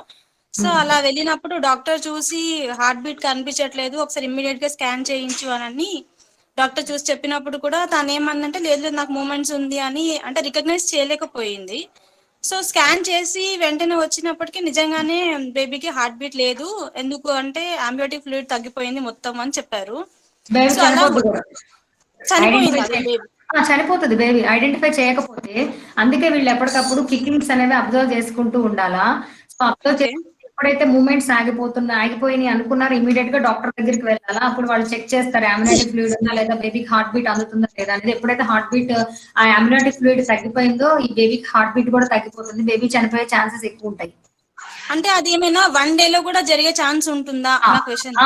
ఉంటుంది, ఎందుకంటే బిఫోర్ డే చూసినప్పుడు బేబీ కికింగ్స్ అవన్నీ బాగానే ఉన్నాయి అనింది. So evening to next day morning వరకు అమ్మాయికి అమ్నియోటిక్ ఫ్లూయిడ్ పడిపోయి ఉంటుంది. అది అమ్మాయి ఐడెంటిఫై చేసి ఉండదు. అమ్నియోటిక్ ఫ్లూయిడ్ ఎలా అంటే ఇలా చిలపరిచ్చినట్టు వచ్చేస్తుంది బయటకి. అది యూరిన్ లాగే ఉంటుంది.